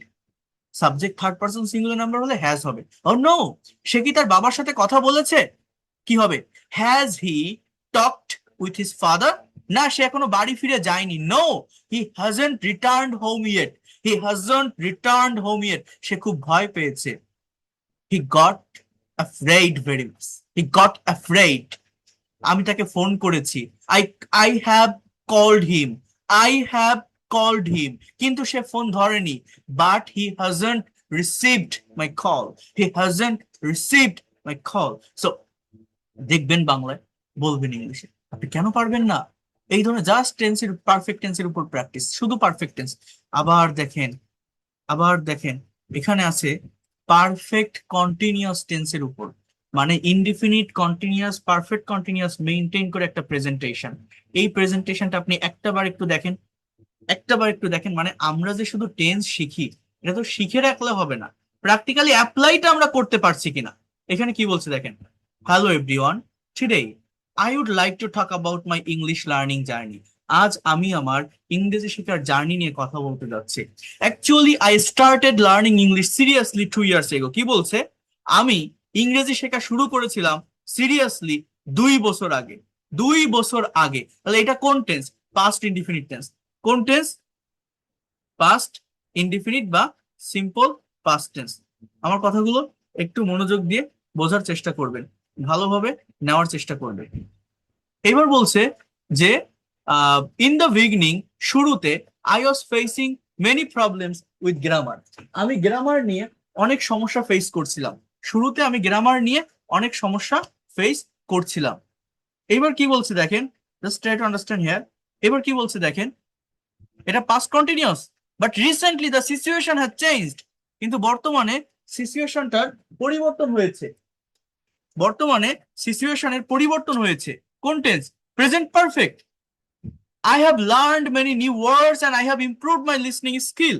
আমি অনেক নতুন শব্দ শিখেছি এবং আমার লিসনিং স্কিলটা আমি ডেভেলপ করেছি। I am practising speaking everyday with my friends. আমি প্রতিদিন আমার বন্ধুদের সাথে ইংরেজি প্র্যাকটিস করছি। প্রতিদিন আমার বন্ধুদের সাথে ইংরেজি প্র্যাকটিস করছি। এবার কি বলছে? Try to understand here. এবার কি বলছে? My goal is clear, by next year, অর্থাৎ আগামী বছরের ভিতর, I will have become a fluent speaker. আমি একজন ফ্লুয়েন্ট স্পিকার হয়ে যাব। Present future perfect tense. I will apply for a job in a multinational company. তাহলে দেখছেন, মানে আমরা ইংরেজিটা পারছি না কেন, পারি না কেন? আমি তাহলে আপনাদের কি বললাম, যে কথা বলার সময় আমাদের বিভিন্ন টাইমে কথা বলতে হয়। একটা স্টেবল টাইমে কথাকে রেখে আমরা এগোতে পারি না। এই যে বিভিন্ন টাইমে একটা কথাকে আপনি বলবেন, সেই টাইম অনুযায়ী ভার্বটাকে আপনার ব্যবহার করতে হবে। এটা করতে বা পারতে সক্ষম হলে বিশ্বাস করেন, আমি আবারও বলছি, খুব দ্রুত সময়ের ভিতর আপনি ইংলিশে এক্সপার্ট বা ফ্লুয়েন্ট হতে পারবেন। আমি আপনাদের লাস্ট একটা বিষয় এখন একটু দেখাবো। ছোট একটা স্টোরি আমি একটু প্র্যাকটিস করাবো। আপনারা আরেকটু সময় থাকার চেষ্টা করবেন। জাস্ট একটা স্টোরি আমরা কিভাবে প্র্যাকটিস করতে পারি আপনারা একটু দেখেন। একটু এই জায়গাটাতে কাইন্ডলি মনোযোগ দেওয়ার চেষ্টা করেন। মানে যে কোনো বাংলা সেন্টেন্সকে একটু থাকেন, অনেকক্ষণ তো আছেন আমার সাথে। আমরা অনেকে রিডিং পড়ি, বাট রিডিং পড়ে একটা সেন্টেন্সের অ্যাকচুয়াল অর্থ বা মিনিং বের করতে পারি না। তো কিভাবে আপনারা সেই সেই জায়গাটার ডেভেলপমেন্টটা পাবেন, আমি একটু আপনাদেরকে সেটা দেখাই। প্রত্যেকে একটু এই জায়গাটাতে আমার কথাগুলো শুনবেন, একটু মনোযোগ দিবেন। মানে রিডিং এর ডেভেলপমেন্ট কতটা গুরুত্বপূর্ণ, বা এটা আপনারা কিভাবে প্র্যাকটিক্যালি প্র্যাকটিস করতে পারেন, সেটা এই পার্টটা দেখলে আপনি বুঝতে পারবেন অনেক ভালোভাবে। প্রত্যেকে একটু মনোযোগ দেন, আমি রিকোয়েস্ট করছি। দেখেন এটা কতটা হেল্পফুল বা কতটা কাজে লাগে, বিশেষ করে প্র্যাকটিক্যাল ল্যাঙ্গুয়েজটা ডেভেলপ করার জন্য আপনার। সত্যিকার অর্থে প্র্যাকটিক্যাল প্র্যাকটিসের কোনো বিকল্প নেই ভাষা শিখতে গেলে। আমি তো আর সারা জীবন আপনাকে এই ফ্রিতে শেখাবো না বা দেখাবো না। আগামীকাল থেকে পেইড কোর্সের ক্লাস শুরু হবে, তখন হয়তো এরকম টাইম পাবো না। তো আপনারা জেনে যান বা দেখে যান, যারা আসছেন সবাই তো আর পেইড কোর্স আসবেনও না। তো কিভাবে ল্যাঙ্গুয়েজটা মূলত আপনি শিখবেন, আপনি ডেভেলপ করবেন, আপনার ডেভেলপমেন্টের জায়গাটা, ওয়েটা কি হতে পারে, you have to understand about this things, I can say that. So যদি বিষয়গুলো বুঝতে পারেন, যদি নিতে পারেন, আপনি যদি আপনার মতো করেও প্র্যাকটিস করতে পারেন, অনেক দ্রুত আপনি এটার একটা ভালো ডেভেলপমেন্ট আপনি পাবেন। এতটুকু আমি বলতে পারি। So I am going to share this screen here. প্রত্যেকে একটু এই জায়গাটা দেখেন তাহলে। আমি আপনাদেরকে একটু এখান থেকে দেখাই স্টোরি প্র্যাকটিসের জায়গাটা। দেখেন, ট্রাই টু আন্ডারস্ট্যান্ড হিয়ার। খুবই ভালোভাবে বোঝেন। সুমন মানে বলছে story about childhood days.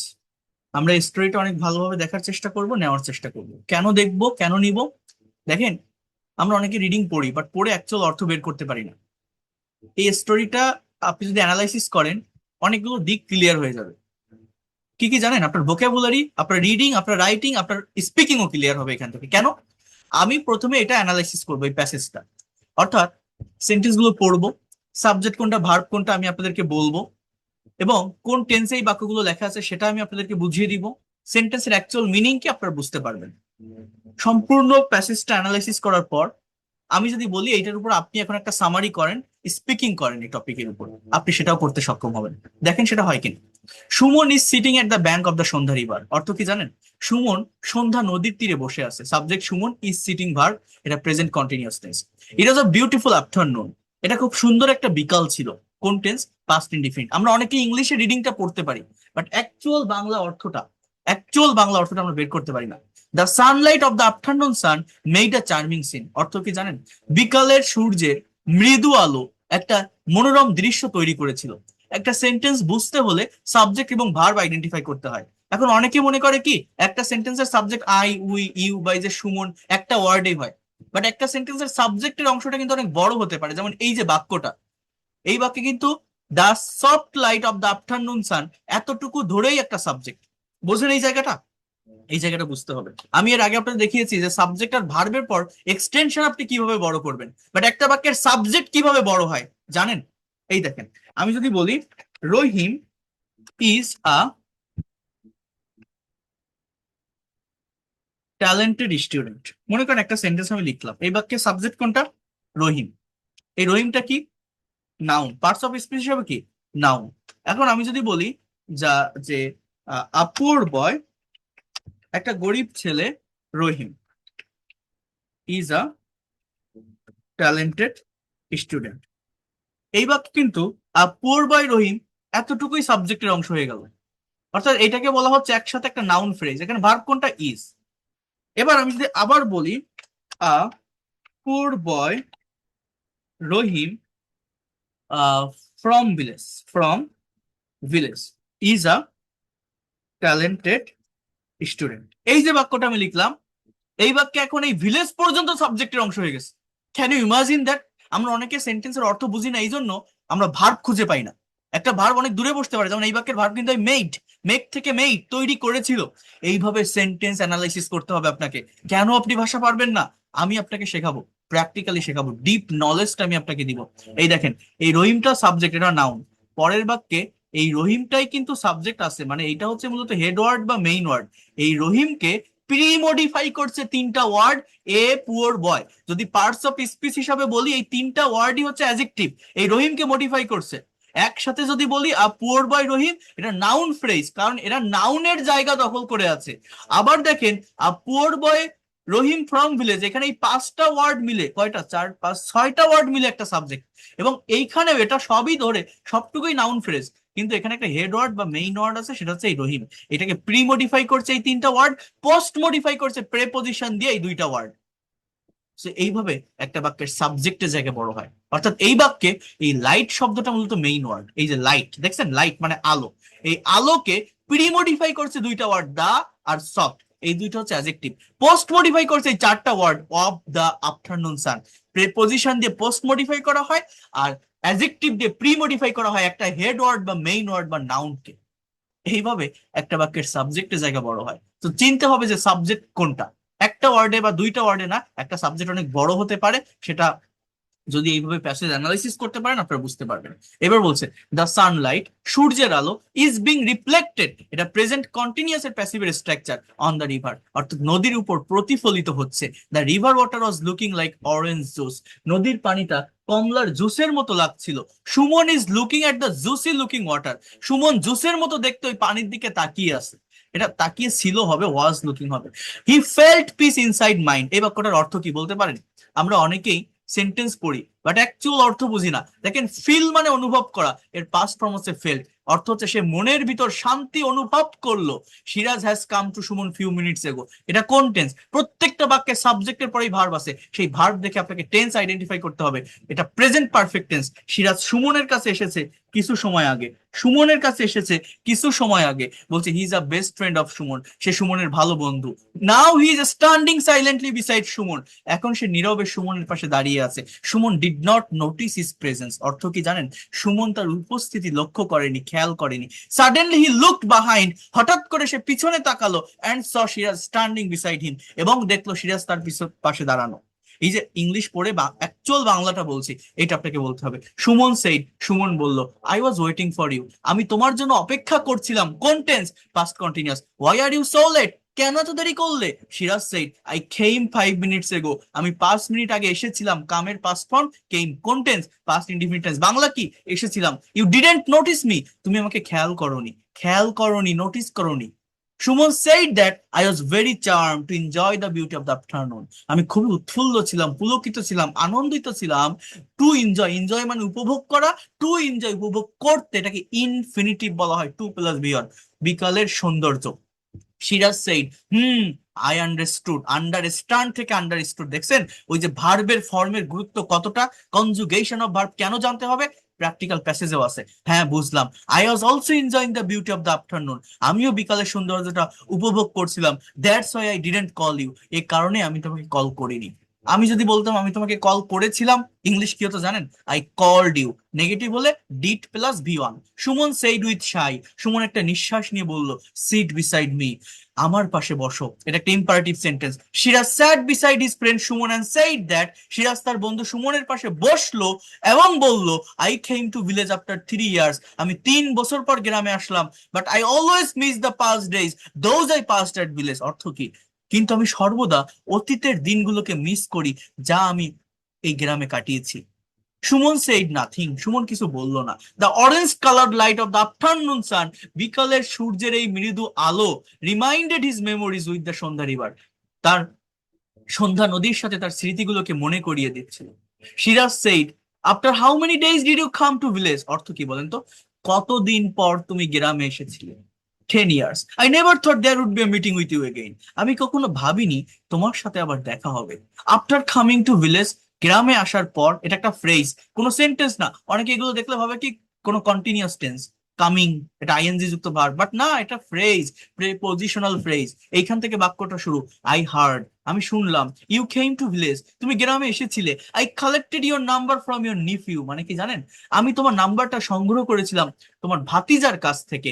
3 years ago, 3 বছর আগে, I came to village in winter vacation, আমি শীতের ছুটিতে গ্রামে এসেছিলাম। Then I asked for your number to your nephew, আমি তোমার নাম্বার জিজ্ঞাসা করেছিলাম তোমার ভাতিজার কাছে। That time he did not know your number, সে সময় সে তোমার নাম্বার জানতো না। আমি যদি বলতাম সে তোমার নাম্বার জানতো, ইংলিশ কি জানেন, সে নিউ ইউর নাম্বার। এই যে নো, এর পাস্ট ফর্ম নিউ, এটা আপনাকে জানতে হবে। But today, after collecting your number, আজ তোমার নাম্বার সংগ্রহ করার পর, আই কলড ইউ, আমি তোমাকে কল করলাম। Finally we met each other after 5 years, অবশেষে আমরা একে অন্যের সাথে 5 বছর পর দেখা করলাম। MWT, মিটের past form met. Yes we did, Siraj said with a smile on his face, Siraj তার মুখে একটা হাসি নিয়ে বলল, ইউ বিকেম ভেরি ফ্যাট, তুমি অনেক মোটা হয়ে গেছো। Suman said, you too, do you have in mind the childhood days we passed together, তোমার কি অতীতের দিনগুলো মনে আছে যেগুলো আমরা একসাথে কাটিয়েছিলাম? বলছে, of course, I shall never forget those days, আমি কখনোই ওই দিনগুলো ভুলবো না। Now a days my mind always likes to go back to the childhood days, বর্তমানে আমার মন সব সময় ওই অতীতের দিনগুলোতে ফিরে যেতে চায়। How interesting those days were, কত সুন্দর ছিল ওই দিনগুলো। বলছে, do you have in mind the day we flew away from school, তোমার কি ওই দিনটা মনে আছে আমরা স্কুল পলায়ন করেছিলাম? Yes, I shall never forget those days, if is it possible, যদি এটা সম্ভব হয়, I would go back to the days again, আমি আবার ওই দিনগুলোতে ফিরে যেতে চাই। বলছে, we can't go back to the past days, আমরা অতীতের দিনগুলোতে ফিরে যেতে পারি না। কিসের সেন্টেন্স? মডেলের। We only can remember the memories of past days, আমরা শুধু অতীতের স্মৃতিগুলোকে স্মরণ করতে পারি। বলছে, yes, yes, yes, still I can see the, কি বলছে, কই গেল, বলছে, do you have in mind the day we crossed swimming by the Sandhya river, আমরা সাঁতার কেটে প্রথমবারের মতো সন্ধ্যা নদী পার হয়েছিলাম। বলছে, yes, still I can see the picture of the day, আমি এখনো ওই দিনটাকে দেখতে পারছি। While we reach the mid river, যখন আমরা মাঝ নদীতে পৌঁছেছিলাম, I felt very frightened looking at the bank of the river, আমি খুবই ভয় পেয়েছিলাম নদীর তীর দেখে। বলছে, yes, you like to come back from the mid river, আমরা জানি লাইক মানে পছন্দ করা, বাট এই লাইকের মানে কিন্তু চাওয়াও হয়। তুমি মাঝ নদী থেকে ফিরে আসতে চেয়েছিলে, but I was determined to cross the river and finally we cross the river, কিন্তু আমি প্রতিজ্ঞাবদ্ধ ছিলাম নদীটা অতিক্রম করার, এবং অবশেষে আমরা নদীটা পার হয়েছিলাম। বলছে যে, ইয়েস, কই গেল, কই গেল, এই যে, do you remember sitting on the sand we wrote our name on the sand with finger, বলছে, বালির উপর বসে আমরা আমাদের নাম লিখেছিলাম বালির উপর হাতের আঙ্গুল দিয়ে, দেখছেন, এই যে রোট, কারণ আপনি যদি না জানেন যে রাইটের পাস্ট ফর্ম রোট, আপনি কি এই কথা পড়ে তার অর্থ বুঝবেন না? তাহলে একবার ভাবেন, ওই শুরুতে যা বলছিলাম কনজুগেশন অফ ভার্ব, এর গুরুত্ব কতটা বেশি। বলছে, we felt like we conquered many things, আমরা এমনটা অনুভব করেছিলাম যে আমি সবকিছু জিতে নিয়েছি। Do you have in mind in return journey, তোমার কি ফিরে আসার জার্নি মনে আছে? We made a boat with banana trees, আমরা কলা গাছ দিয়ে একটা নৌকা তৈরি করেছিলাম। We cross the river on our return journey riding that boat, it was the best journey in my life, এটা আমার জীবনের সেরা একটা জার্নি ছিল। বলছে, আই রোড মেনি ভেহিকলস, এই যে রোড, এর অর্থ কি জানেন, এটা রাইড থেকে আসে। আপনি যদি এটা না জানেন যে রাইডের পাস্ট ফর্ম রোড, আপনি কিন্তু এই সেন্টেন্সের অর্থ বুঝবেন না। আমি অনেক গাড়ি ঘোড়া চড়েছি, হ্যাঁ, but I felt the best joy that day riding by boat made by banana tree, কিন্তু আমি সেরা আনন্দটা অনুভব করেছি ওই দিন কলা গাছ দিয়ে তৈরি নৌকাটা চড়ে। যাই হোক, এই আমি তো সময় পাইনি, অনেকক্ষণ পড়ালাম তো, আর এনার্জি নাই, কিন্তু এই ধরনের মানে ইয়েগুলো, প্যাসেজ গুলো আমি ইন ডিটেলসে শেখাই, ইন ডিটেলসে পড়িয়ে থাকি, আপনি আপনি প্র্যাকটিক্যালি শিখবেন। এটা পড়ার পর আপনি নিজের মতো করে একটা প্রেজেন্টেশন দেন এটার উপরে, যে আমি একটা গল্প পড়েছি দুইজন বন্ধুর ভিতর, তারা তাদের চাইল্ডহুড নিয়ে কথা বলছিল, জাস্ট মনে করেন আমি এটা ঢেকে রাখলাম, আমি আপনাকে এটা শেখাবো কিভাবে আপনি এটা বলবেন, আমি শেখাবো, অবশ্যই শেখাবো। যেমন দেখেন, এই যে আমি বললাম যে আপনি একটা গল্প বলেন, আমি বলছি যে, just now I have read a story, there are two person, they were friends, Suman and, কি জানো থাকলো আরেকজনের নাম, একজনের নাম কি, কই গেল, Siraj, Suman and Siraj. So they were talking about their childhood days. Shumon and Shiraz, they stay in different place.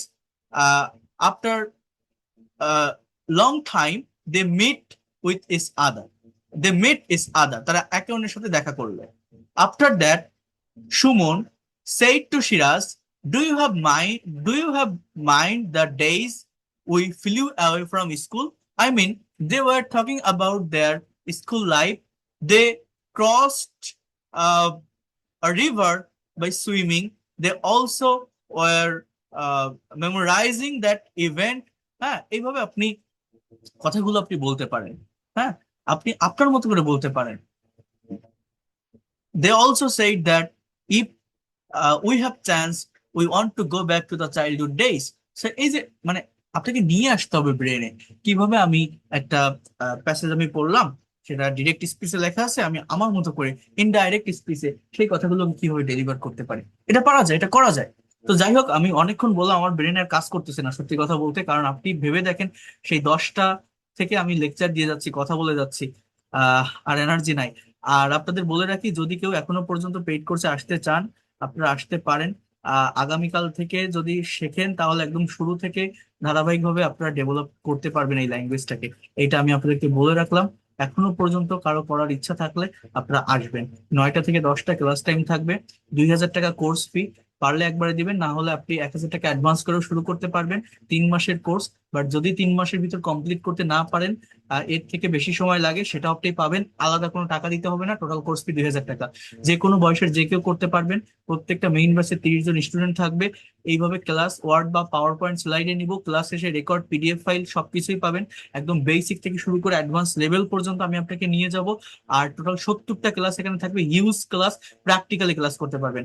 আপনি যদি মনে করেন আমি এই ল্যাঙ্গুয়েজটাকে নিজের অ্যাসেট বা সম্পদ হিসাবে নিতে চাই, নেক্সট জেনারেশনকে আমি শেখাতে চাই, আমি আমার প্রফেশনাল লাইফটাকে ডেভেলপ করতে চাই, আমি একটা মেন্টরের অধীনে থেকে ধারাবাহিকভাবে গোছানো পদ্ধতিতে এগোতে চাই, আপনি আসতে পারেন, আপনি ব্যর্থ হবেন না। Within very short time you'll be expert and fluent in English. প্রথম 10টা ক্লাস থাকবে বেসিক গ্রামারের উপর, 30টা ক্লাস থাকবে স্পোকেন ইংলিশের উপর, 10টা ক্লাস থাকবে রাইটিং এর উপর, 20টা ক্লাস থাকবে প্র্যাকটিক্যাল কনভারসেশন, ট্রান্সলেশন এবং প্রেজেন্টেশনের উপর। টোটাল কোর্স ফি 2,000 টাকা। যারা ইন্ডিয়া থেকে আছেন, গুগল পে বা ফোন পে করেও ক্লাস করতে পারবেন। এই দুইটা নাম্বারে সেন্ড মানি করে জানাবেন। আগামীকাল সন্ধ্যার ভিতরে জানালেও আপনি পেইড কোর্সে ক্লাস শুরু করতে পারবেন আগামীকাল থেকে। 019973569570, 019386899196। আবারও বলছি, এই নাম্বারেই হোয়াটসঅ্যাপ আছে, সেন্ড মানি করে লাস্ট ডিজিট জানালে পেইড কোর্সের প্রাইভেট ব্যাচে আমি আপনাদের অ্যাড করে নিব। আগামীকাল থেকে ক্লাস শুরু করতে পারবেন।